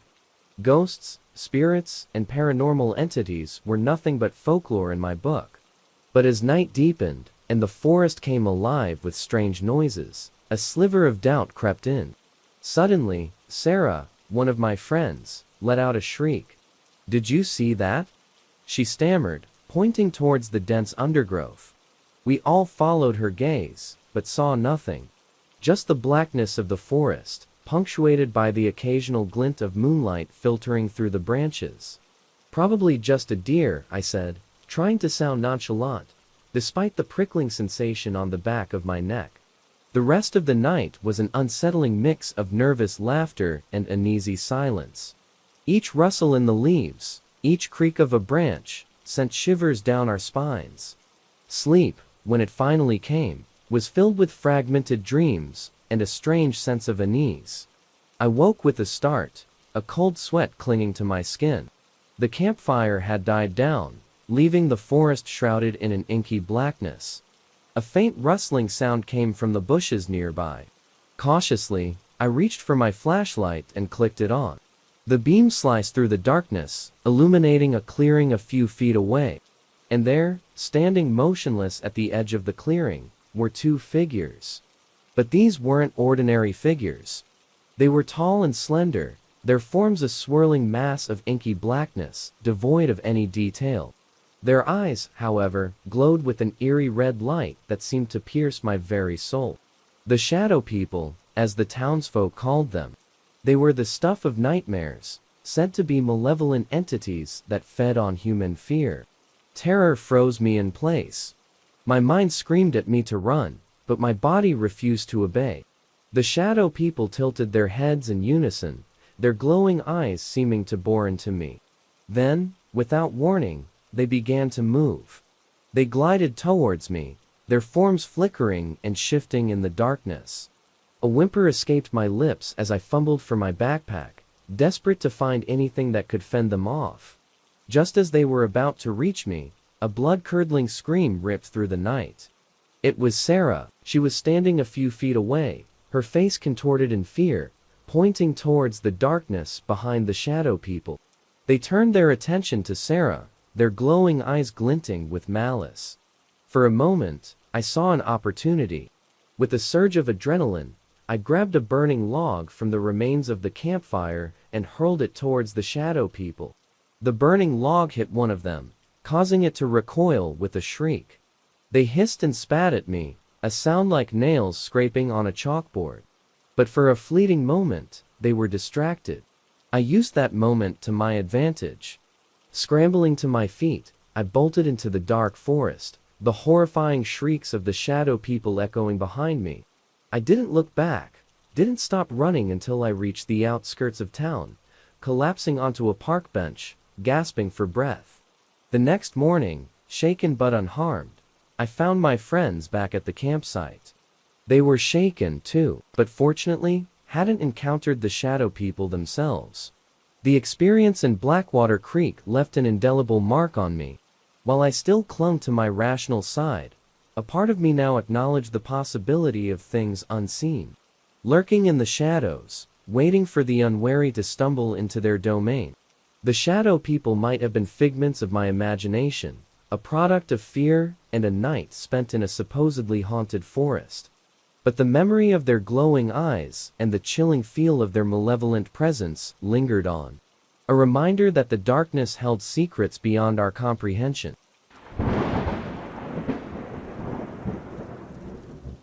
The full moon cast an ethereal glow on the forest floor as I patrolled the winding trails of Blackwood Reserve. The rhythmic chirping of crickets and the occasional hooting of an owl filled the night air. It was a familiar symphony, one that brought a sense of peace to my soul. Blackwood Reserve was rumored to be home to all sorts of creatures, from elusive owls to playful and sometimes mischievous spirits called pukwudgies. These diminutive, gnome-like creatures were said to delight in pranks and trickery, leading bewildered travelers astray and disappearing in a puff of smoke. While I didn't entirely dismiss the legends, I considered them harmless campfire stories. Tonight, however, my skepticism would be tested. As I rounded a bend in the trail, I noticed something strange. A cluster of fireflies, usually scattered amongst the undergrowth, were hovering in mid-air, forming a perfect circle. It was an unnatural sight, a mesmerizing display of bioluminescence unlike anything I had ever seen. Curiosity piqued, I cautiously approached the circle of glowing fireflies. As I drew closer, the light intensified, momentarily blinding me. When I blinked away, the fireflies were gone. In their place stood a small, wizened figure, with pointed ears and mischievous, glinting eyes.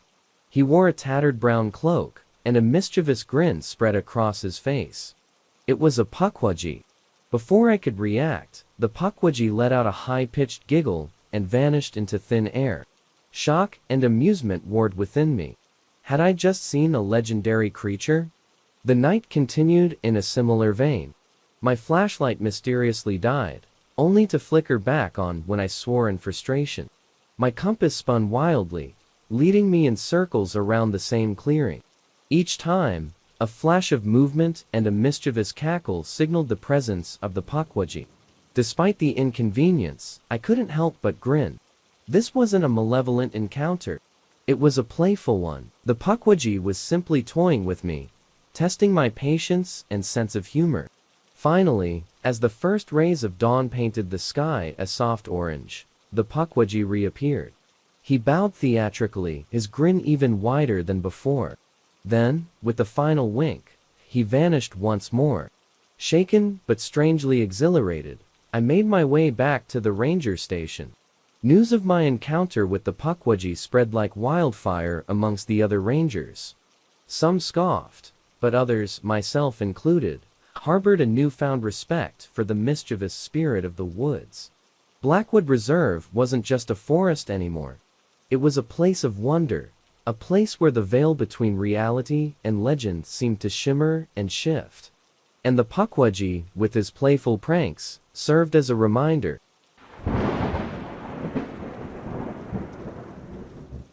Excitement crackled in the air as I prepped for the dive. We were about to descend into the abyss, the unexplored depths of the Mariana Trench. Years of research had culminated in this moment, a chance to unlock the secrets hidden within the darkest corners of the ocean. As the submersible, Calypso, plunged deeper into the inky blackness, the familiar world of sunlight and surface life faded away.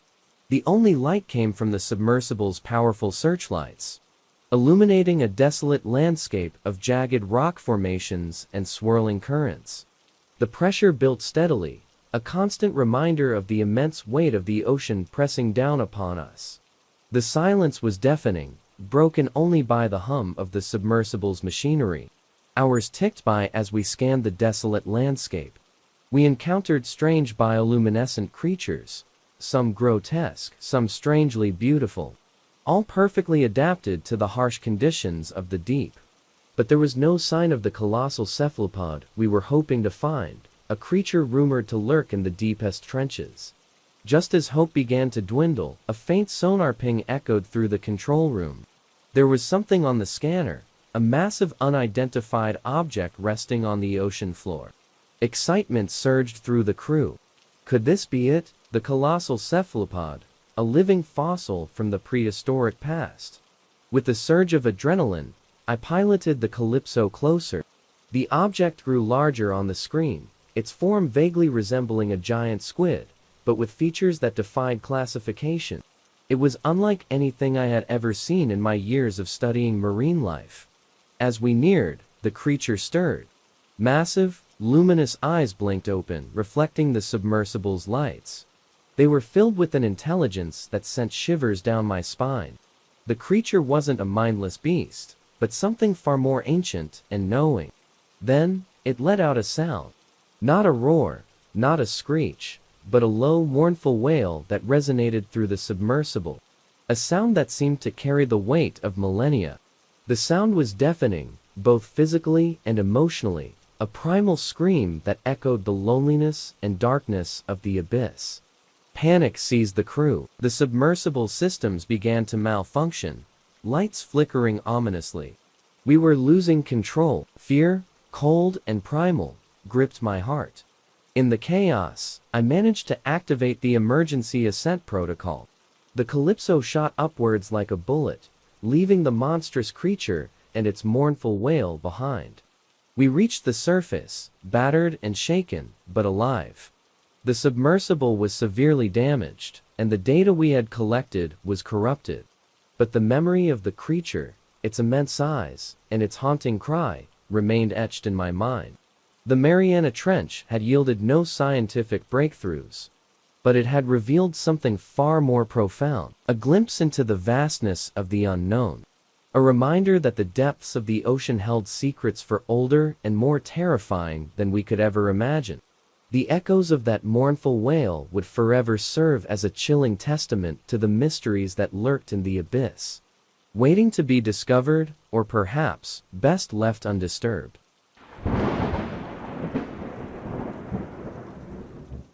The air hung heavy with the scent of damp earth and decaying leaves as I ventured deeper into the restricted area. Towering redwoods, their bark-like weathered giants, loomed on either side, their dense canopy blocking out most of the moonlight. An unsettling silence pressed down on me, broken only by the occasional rustle of unseen creatures. Reports of strange lights and chanting emanating from this area had reached my ears, and as a park ranger, I was determined to investigate. Equipped with a powerful flashlight and a healthy dose of skepticism, I pushed forward. The ground beneath my feet was soft, with a thick layer of fallen needles, muffling the sound of my footsteps. As I rounded a bend in the path, I froze. A faint, rhythmic chanting echoed through the trees, an eerie melody that sent shivers down my spine.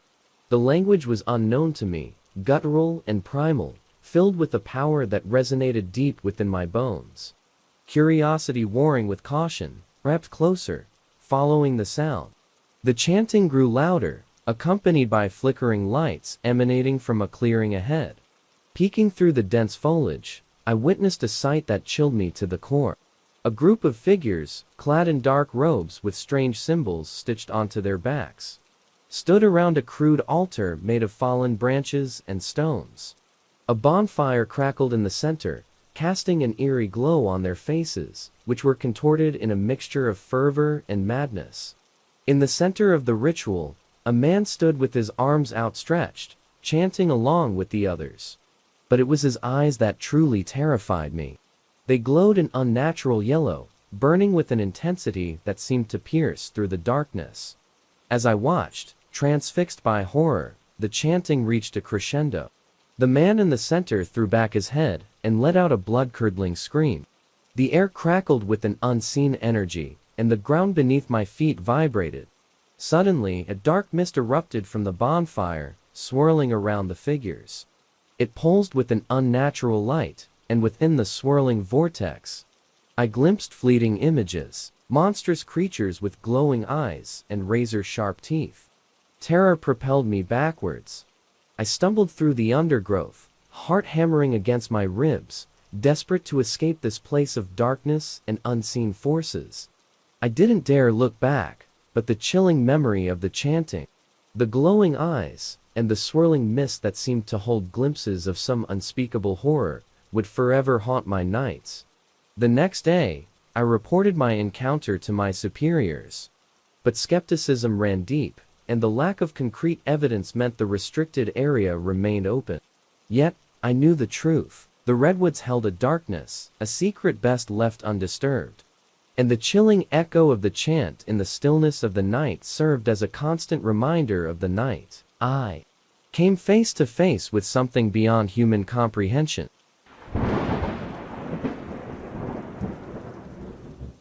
The rusty iron gate groaned in protest as I pushed it open, the sound echoing through the overgrown yard. The house loomed before me, a silhouette of grandeur lost to time. Its peeling paint, boarded-up windows, and crumbling porch steps spoke of a glorious past now shrouded in neglect. Taking a deep breath, I adjusted my briefcase and approached the heavy oak door. A chill radiated from the house, seeping through my coat despite the warm afternoon sun. With a sense of trepidation, I fumbled with the rusted lock, the metallic clang sounding unnaturally loud in the oppressive silence. The door creaked open, revealing a dark entryway.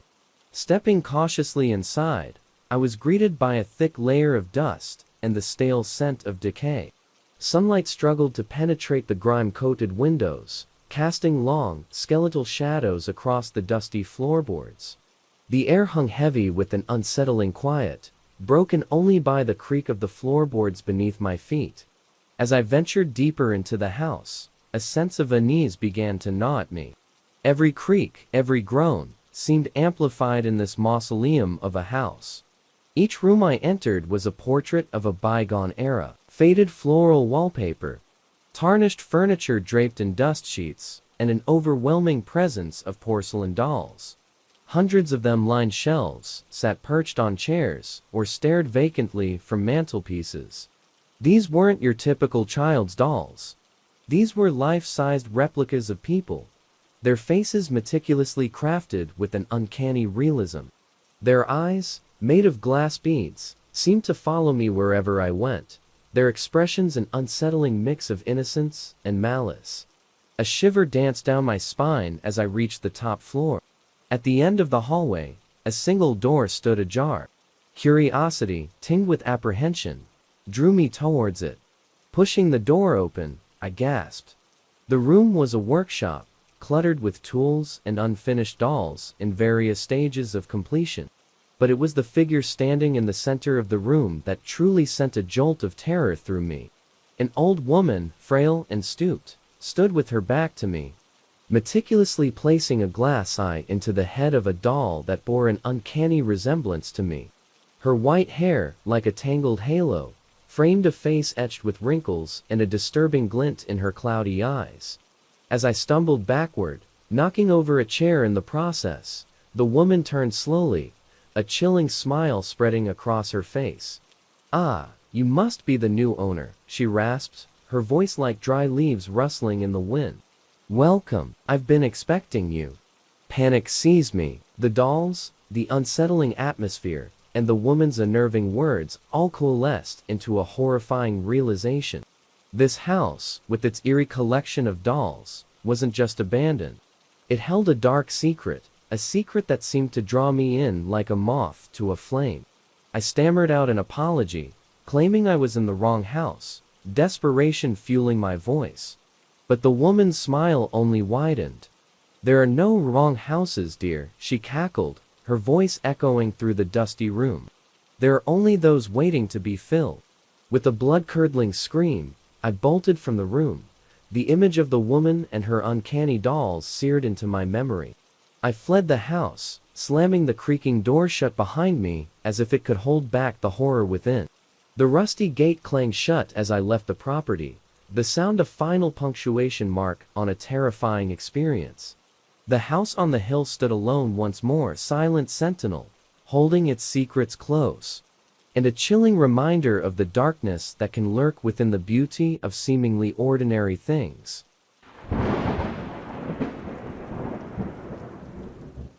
The fluorescent lights buzzed overhead, casting a sterile glow on the crowded terminal. The air thrummed with the cacophony of announcements, hurried conversations, and the rhythmic rumble of luggage carts. Ben slumped deeper into his plastic chair, his eyelids heavy with fatigue. Another pointless business trip, another long wait for his delayed flight. He plugged his noise-canceling headphones into his phone, seeking refuge in the familiar comfort of white noise. As the static washed over him, a deep sense of calm began to settle. Suddenly, a flicker of movement in the corner of his eye caught his attention. He glanced up, the white noise in his ears momentarily disrupted by a jarring burst of static. A woman stood there, her back to him, seemingly oblivious to the chaos around her. She was dressed in a strange, almost old-fashioned style, a bright red dress that seemed to clash with the modern surroundings. Intrigued by her out-of-place attire, Ben watched as the woman turned her head slightly. But her face was wrong. It was a blur of pixels, a distorted mess that defied logic. A jolt of adrenaline shot through him. He ripped off his headphones, the white noise replaced by the familiar sounds of the airport. He blinked, hoping it was just a trick of the eye, a hallucination brought on by fatigue. But the woman was still there, her pixelated face staring back at him with an unsettling intensity. A wave of panic began to rise within him. He glanced around, hoping to see someone else who might have witnessed the glitch. But everyone seemed oblivious, lost in their own pre-flight routines. Panic turned to a chilling realization. He was the only one who could see her. The woman spoke, her voice a distorted jumble of static and warped audio snippets from random conversations happening around the terminal. "Wake up," the distorted voice rasped. "It's not real." Terror choked off any response Ben might have formed.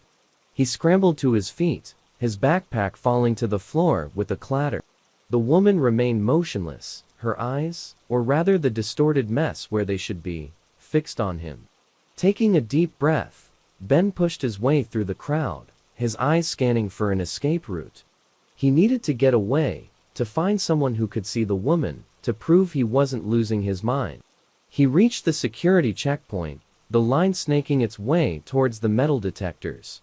As he shuffled forward, he kept glancing back, half expecting the woman in red to be following him. But she was gone.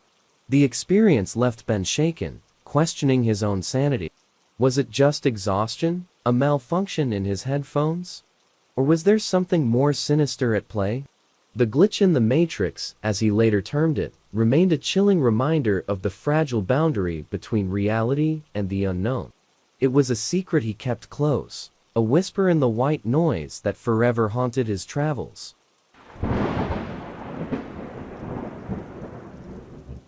Days had blurred into one another since Sarah set sail.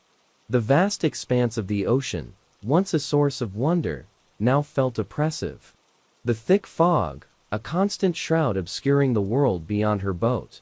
The silence was broken only by the creak of the ship and the rhythmic lap of waves against the hull. An unsettling feeling had begun to gnaw at her, a sense of being watched. A prickling sensation that crawled up her spine whenever she ventured below deck.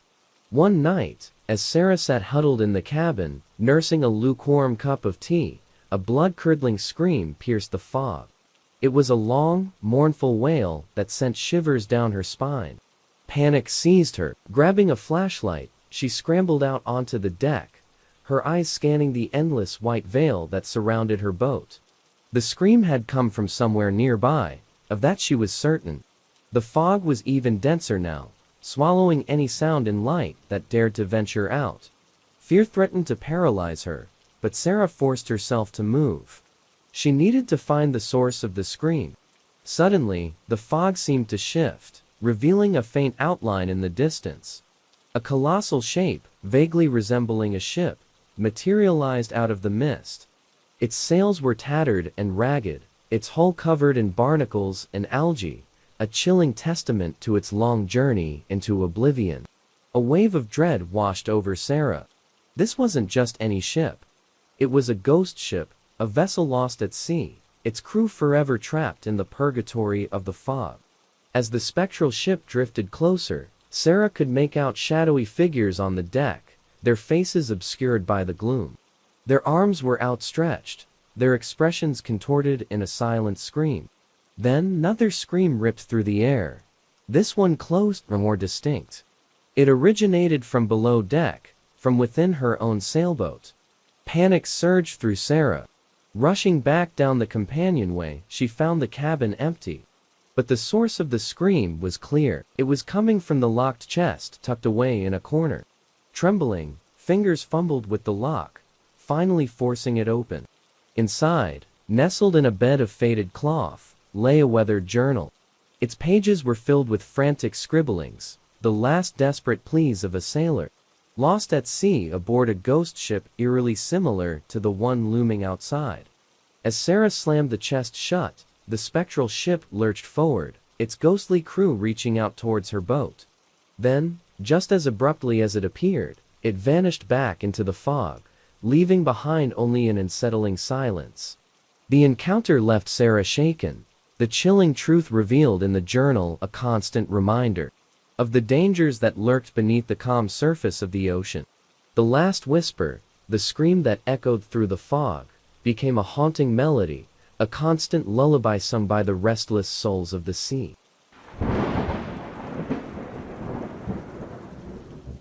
Growing up in the Pacific Northwest, tales of Sasquatch were part of the local folklore. Known for its dense forests and rugged terrain, the region has long been a hotspot for sightings of the elusive creature. While many dismiss these stories as myths or hoaxes, I was about to find out that there might be more truth to them than I ever imagined. In the summer of 2015, my friends and I decided to go on a camping trip deep into the Cascade Mountains. There were 4 of us: Mark, Emily, Jake, and me. We were experienced hikers and campers, and we looked forward to spending a week in the wilderness, away from the hustle and bustle of everyday life. The first few days of our trip were uneventful. We hiked through lush forests, camped by pristine lakes, and marveled at the beauty of the untouched wilderness. On the 4th day, we set up camp in a secluded valley, miles away from the nearest trail.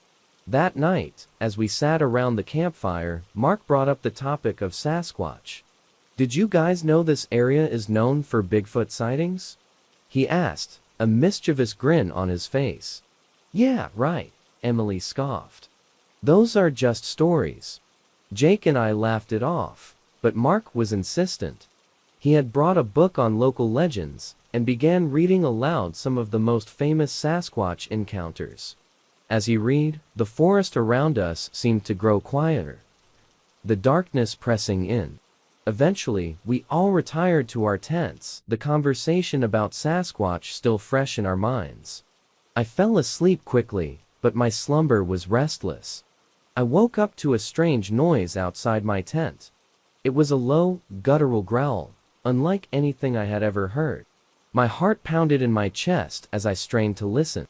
The noise came again, closer this time. I slowly unzipped my tent and peered outside. In the dim moonlight, I saw a massive figure standing at the edge of our campsite. It was at least 8 feet tall, covered in dark, matted fur. Its eyes glowed faintly in the darkness, and it stood completely still, as if observing us. I wanted to scream, but fear kept me silent. I glanced around and saw that my friends were still asleep in their tents. I slowly reached for my flashlight and shone it towards the figure. It let out a loud, echoing roar that shook me to my core. The sound woke my friends, and they scrambled out of their tents, eyes wide with terror. The creature turned and disappeared into the forest, moving with a speed and agility that seemed impossible for its size. We stood there, trembling and unsure of what to do. Mark's face was pale, his bravado from earlier completely gone. "We need to leave," he whispered. We quickly packed our gear and started hiking back toward civilization. The forest, once a place of beauty and tranquility, now felt menacing and hostile. Every snap of a twig, every rustle of leaves, sent waves of fear through us. We hiked through the night, our adrenaline fueling our desperate pace. By dawn, we had reached a ranger station on the edge of the wilderness. Exhausted and shaken, we recounted our experience to the rangers. They listened with a mix of skepticism and concern. "People have been reporting sightings like yours for years," one ranger said. "But we have no concrete evidence. Be glad you got out safely." We left the ranger station, our minds reeling from the night's events. The encounter had shaken us to our core, challenging everything we thought we knew about the world. Sasquatch was no longer just a legend or a story, it was a reality, lurking in the depths of the Pacific Northwest. To this day, I can't forget the sight of that massive creature or the fear that gripped me in its presence. The wilderness, once a place of solace and adventure, now holds a darker, more mysterious allure. And every time I venture into those ancient forests, I can't help but wonder if Sasquatch is watching, waiting for the next unsuspecting soul to stumble into its domain. Living in the arid landscape of the desert Southwest, we often heard whispers of strange creatures and unexplained phenomena. Among the most notorious was the chupacabra, a legendary beast said to prey on livestock, draining their blood and leaving behind lifeless carcasses. Skeptics dismiss these tales as mere folklore, but I was about to discover that some legends are grounded in chilling reality. It was the summer of 2017, and I was working as a ranch hand on a sprawling property near the border between Texas and Mexico. The ranch, owned by the Martinez family for generations, had seen its share of strange occurrences. Livestock had gone missing, crops had been mysteriously damaged, and eerie noises often echoed through the night. One particularly hot evening, Mr. Martinez called me and a few other hands into the main house. His face was etched with worry as he spread out a map on the kitchen table. "We've lost more cattle this month than ever before," he said, his voice tense. "And it's not just the losses. It's how we find them drained of blood, like something's feeding on them." We exchanged uneasy glances. We'd all heard the stories, but none of us truly believed in the chupacabra. Mr. Martinez's eldest son, Carlos, suggested we set up night watches to try and catch whatever was responsible. That night, I was assigned to patrol the northern edge of the ranch, a remote area bordered by rocky hills and sparse vegetation. Armed with a flashlight, a rifle, and a sense of trepidation, I set out just as the sun dipped below the horizon. Hours passed with nothing but the occasional rustle of wind through the brush. I was starting to think this was a wild goose chase when a sudden, blood-curdling scream pierced the silence. My heart jumped, and I whipped around, trying to locate the source. In the dim moonlight, I saw a shadowy figure darting among the rocks. It moved with a speed and agility that seemed unnatural. I tightened my grip on the rifle and cautiously approached. As I neared, I could make out a set of glowing red eyes watching me from the darkness. The creature emerged from the shadows, and I froze. It was unlike anything I'd ever seen, small and gaunt, with leathery gray skin, spines along its back, and fangs glistening in the moonlight. It let out another ear-piercing scream, and I raised my rifle, firing a shot. The creature recoiled, snarling, but it didn't fall. Instead, it lunged at me with terrifying speed. I stumbled backward, firing again, this time hitting my mark. The creature yelped and disappeared into the night, leaving a trail of blood. I radioed for help, my voice shaking. Carlos and the others arrived within minutes, and we followed the blood trail to a small cave nestled among the rocks. Inside, we found the creature's lair, bones of various animals scattered around, along with the drained carcasses of several cattle. We dragged the creature's body out into the open. Its lifeless form looked even more bizarre in the harsh light of our flashlights. We couldn't deny it any longer. The chupacabra was real. The news spread quickly, and soon experts and media descended upon the ranch. Biologists examined the creature, trying to determine its origins. Theories ranged from a mutated animal to an undiscovered species, but no definitive answers emerged. The encounter left the Martinez family and the ranch hands shaken. The chupacabra was no longer just a story told to scare children, it was a tangible, terrifying reality. We resumed our duties, but the nights felt darker, the shadows more menacing. For months after, I couldn't shake the image of those glowing red eyes or the creature's blood-curdling screams. The desert, once a familiar and predictable landscape, now held an air of mystery and danger. Every rustle in the brush, every distant cry in the night, sent chills down my spine. Living in the Southwest, we had always respected the harshness of the desert, but now we had a new reason to be wary. The chupacabra was out there, lurking in the shadows, a reminder that some legends are rooted in truth, and some nightmares walk among us.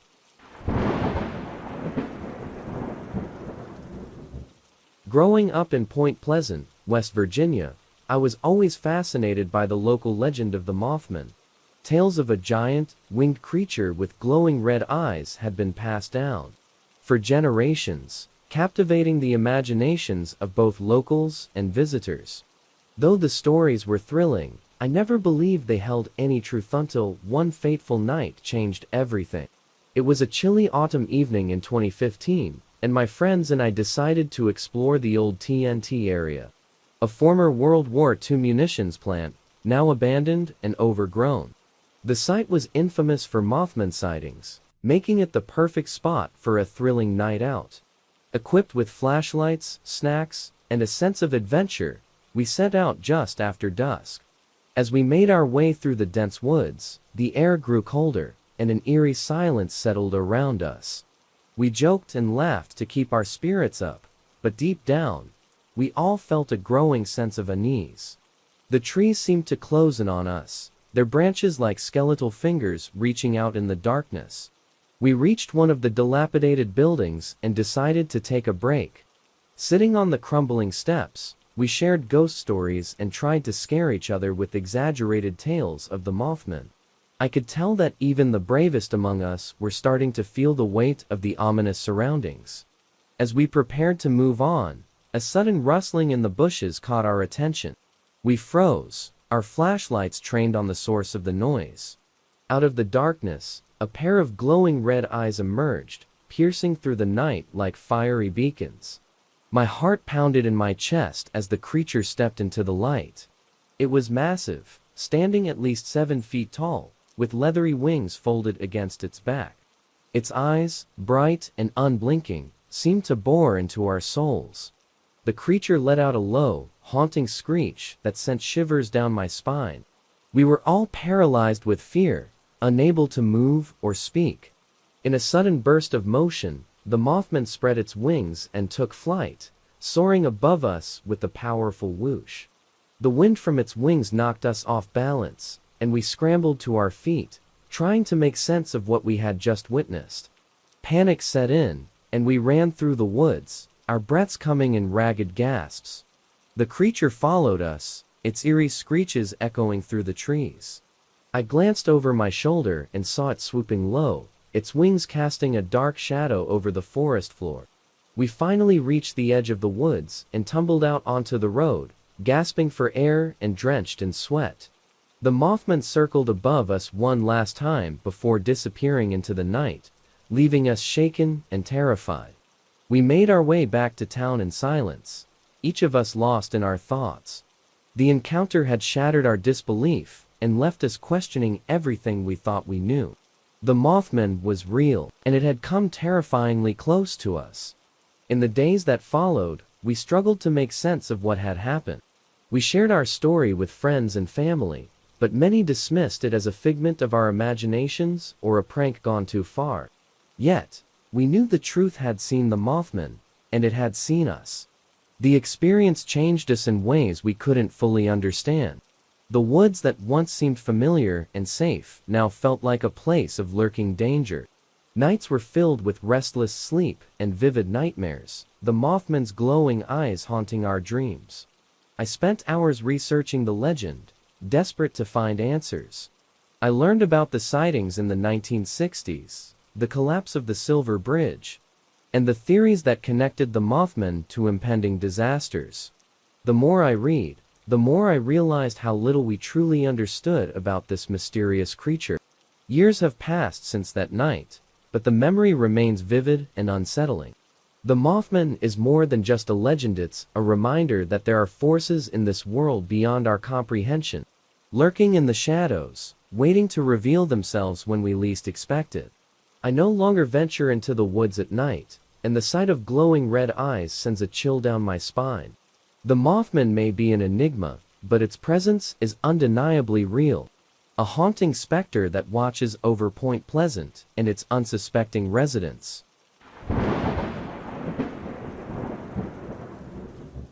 Have you ever felt that chill, that unexplainable shiver down your spine when you're alone at night? I never believed in monsters, at least not the kind that hide under your bed. But after what happened to me on that desolate stretch of road, I'm not so sure anymore. It was late October, the leaves had just started to turn, and the air carried that crisp bite that heralds winter's approach. My name is Ethan, and I had just moved to Elkhorn, Wisconsin, a quaint little town that seemed to be frozen in time. I had taken up a job as a delivery driver to make ends meet. The work was mundane, but the quiet drives through the countryside were a welcome escape from my otherwise hectic life. One evening, I received a call from my dispatcher about a delivery on Bray Road. The sun was setting, painting the sky with hues of orange and purple. As I drove through the winding roads, I noticed how deserted the area was. Not a single house in sight, just fields and the occasional patch of forest. I had heard the locals mention Bray Road in hushed tones, but I didn't pay much attention. Every small town has its ghost stories, right? I found the address and dropped off the package without any trouble. On my way back, darkness had completely enveloped the landscape. The only source of light was my truck's headlights, cutting through the pitch-black night. The road was narrow and flanked by dense trees, their branches intertwining to form a canopy that blocked out the sky. The silence was deafening. As I drove, my mind started to wander. I thought about my family, my friends, and the choices that had led me to this point in my life. Suddenly, saw something dart across the road. It was quick, almost a blur, but I caught a glimpse of it. A large, shadowy figure, moving with an unnatural grace. My heart skipped a beat. I slammed on the brakes and the truck skidded to a halt. I sat there for a moment, trying to calm my racing heart. Probably just a deer, told myself. But deep down, I knew it wasn't. The silhouette was too large, too menacing. I took a deep breath and continued driving, my eyes scanning the darkness for any signs of movement. Not long after, saw it again.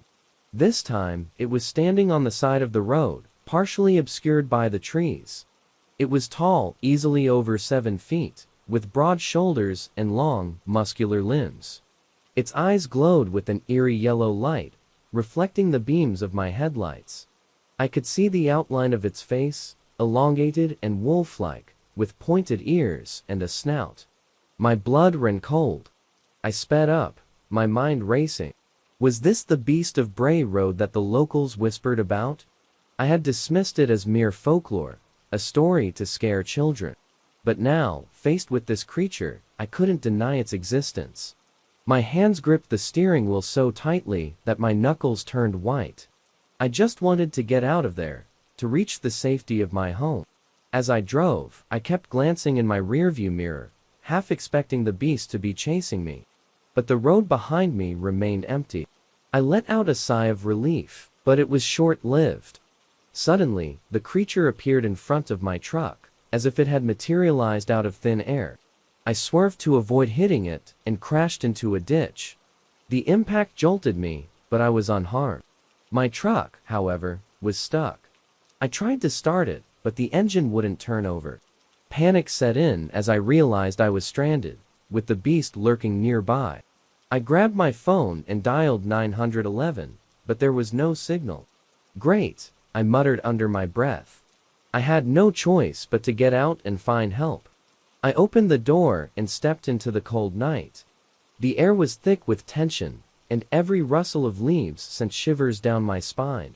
I started walking, flashlight in hand, hoping to find a house or a passing car. The road was eerily quiet, and the only sound was the crunch of gravel under my boots. After what felt like an eternity, I saw headlights in the distance. I waved frantically, and the car slowed to a stop. It was an old pickup truck, and the driver, an elderly man with a kind face, rolled down his window. "You all right, son?" he asked, concern etched on his features. "I crashed my truck," I replied, my voice trembling. Something made me swerve." He nodded knowingly. "Get in, I'll take you to the nearest gas station." I climbed into the passenger seat, grateful for the warmth of the heater. As we drove, I couldn't shake the feeling that we were being watched. I glanced out the window, half expecting to see the beast lurking in the shadows. The old man must have noticed my unease. "You're not the first to have an encounter on this road," he said, his voice low. "People around here call it the Beast of Bray Road. Some say it's a werewolf, others think it's a cryptid. Whatever it is, it's been around for decades. Why doesn't anyone do anything about it?" I asked, my curiosity piqued despite my fear. He sighed. "There have been attempts, but nothing ever works. It's as if the beast is a part of the land itself. Something ancient and untouchable. Over us all." I parked my truck and waited, the camera ready in my lap. Hours passed, and nothing happened.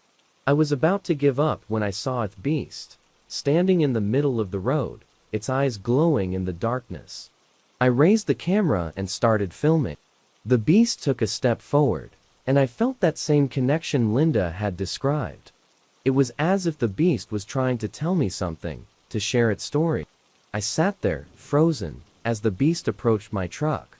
It stopped a few feet away and stared at me with those piercing yellow eyes. In that moment, I understood. The beast wasn't just a monster. It was a guardian, a protector of the land. It had been here long before us, watching over the area, ensuring the balance between nature and humanity. The beast turned and disappeared into the forest, leaving me with a sense of awe and respect. I had come seeking answers, and I had found them, but not in the way I had expected. I drove home, my mind at ease. The nightmare stopped, replaced by dreams of the forest and the beast that called it home. I knew that I would never forget my encounter with the Beast of Bray Road, and that I would always respect the ancient guardian of the land. Years have passed since that night, and I've moved on with my life. But every now and then, I find myself driving down Bray Road, hoping to catch a glimpse of the beast. And when I do, I feel a sense of peace, knowing that the guardian is still out there, watching. We reached the gas station, and I thanked the old man before heading inside. The clerk called a tow truck for me, and I waited in the small diner attached to the station. As I sipped my coffee, I couldn't stop thinking about the beast. Why had it appeared to me? Was it a warning, or something more sinister? The tow truck eventually arrived, and the driver, a burly man named Mike, drove me back to my truck. He managed to pull it out of the ditch and get it running again. I thanked him and made my way home, my mind still reeling from the night's events. For days, I couldn't sleep. Every time I closed my eyes, I saw the beast's glowing eyes staring back at me. I started researching the Beast of Bray Road, reading every article and watching every documentary I could find. The stories were eerily similar to mine, people encountering a large, wolf-like creature on the road at night. One story, in particular, caught my attention. It was about a woman named Linda, who had an encounter with the beast back in the late 80s. She had been driving home late one night when she saw the creature standing in the middle of the road. Unlike me, she didn't swerve. Instead, she accelerated, hoping to scare it off. But as she got closer, the beast leapt over her car with incredible agility. I decided to track Linda down and hear her story firsthand. It took some digging, but I eventually found her living in a small town a few hours away.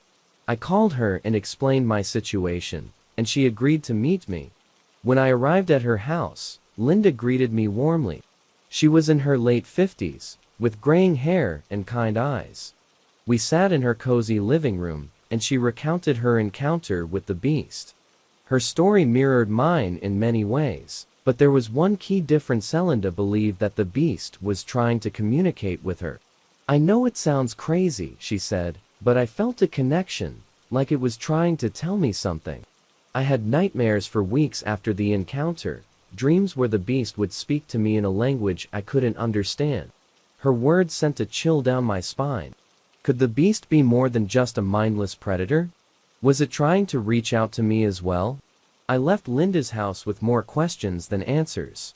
My encounter with the beast of Bray Road had changed me, shaken me to my core.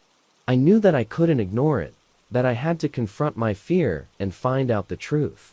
A few nights later, I returned to Bray Road. This time, I was prepared. I brought a camera, hoping to capture evidence of the beast. As I drove down the dark, winding road, "My name is Jonah, and I used to think that the scariest thing in the world was failing my finals. That was until I encountered something that made me question the very fabric of reality. It all started on a winter camping trip with my best friend, Alex, deep in the forests of northern Minnesota. Alex and I had been planning this trip for months. We both needed a break from the stress of college life, and a few days of hiking and camping seemed like the perfect escape. We were both experienced outdoorsmen, so we weren't too worried about the challenges that winter camping presented. Little did we know, we were about to face something far more terrifying than the cold. We set off on a crisp January morning, our packs heavy with supplies and our spirits high. The forest was breathtakingly beautiful, blanketed in a thick layer of snow that muffled our footsteps and made the world feel eerily silent. We followed a trail that wound through the trees, occasionally stopping to admire the scenery or take photos. As the sun dipped below the horizon, we found a suitable spot to set up camp. We pitched our tent, gathered firewood, and soon had a roaring fire going. The warmth was a welcome relief from the biting cold, and we spent the evening cooking dinner and swapping stories. The only sounds were the crackling of the fire and the distant howl of wolves. It was around midnight when we first heard a faint, almost imperceptible whisper carried on the wind. At first, we thought it was just our imaginations playing tricks on us. But as the night wore on, the whisper grew louder, more insistent. It seemed to be coming from the depths of the forest, a disembodied voice calling out to us. "Did you hear that?" Alex asked, his face pale in the firelight. "Yeah," I replied, trying to mask my unease. "It's probably just the wind." But deep down, I knew it was something more. The whisper had an otherworldly quality to it, a haunting melody that sent shivers down my spine. We decided to turn in for the night, hoping that sleep would drown out the eerie sounds. I awoke in the middle of the night to the sound of Alex unzipping the tent. "Where are you going?" I whispered, groggy with sleep. "I need to check something," he replied, his voice oddly monotone. Before I could protest, he slipped out into the cold. I lay there for a moment, my heart pounding. Something didn't feel right. I grabbed my flashlight and followed him out into the night. The forest was deathly silent, the only sound the crunch of snow under my boots. I called out for Alex, but there was no response. Panic set in as I realized he was gone. I frantically searched the area, my flashlight beam cutting through the darkness. After what felt like hours, I found him standing at the edge of a frozen lake, staring into the distance. "Alex!" I shouted, rushing to his side. "What are you doing out here?" He turned to face me, his eyes wide and glassy. The voice, "It wants us to follow." A chill ran down my spine. "What voice?" "Alex, you're scaring me." He shook his head, as if trying to clear his thoughts. I don't know, man. It felt like something was calling to me, pulling me out here. We both knew it was dangerous to stay out in the cold for too long, so I convinced him to come back to the tent. We huddled together for warmth, neither of us saying a word. Sleep was elusive, as the whispering continued to haunt us throughout the night. The next morning, we decided to cut our trip short. The forest no longer felt like a sanctuary.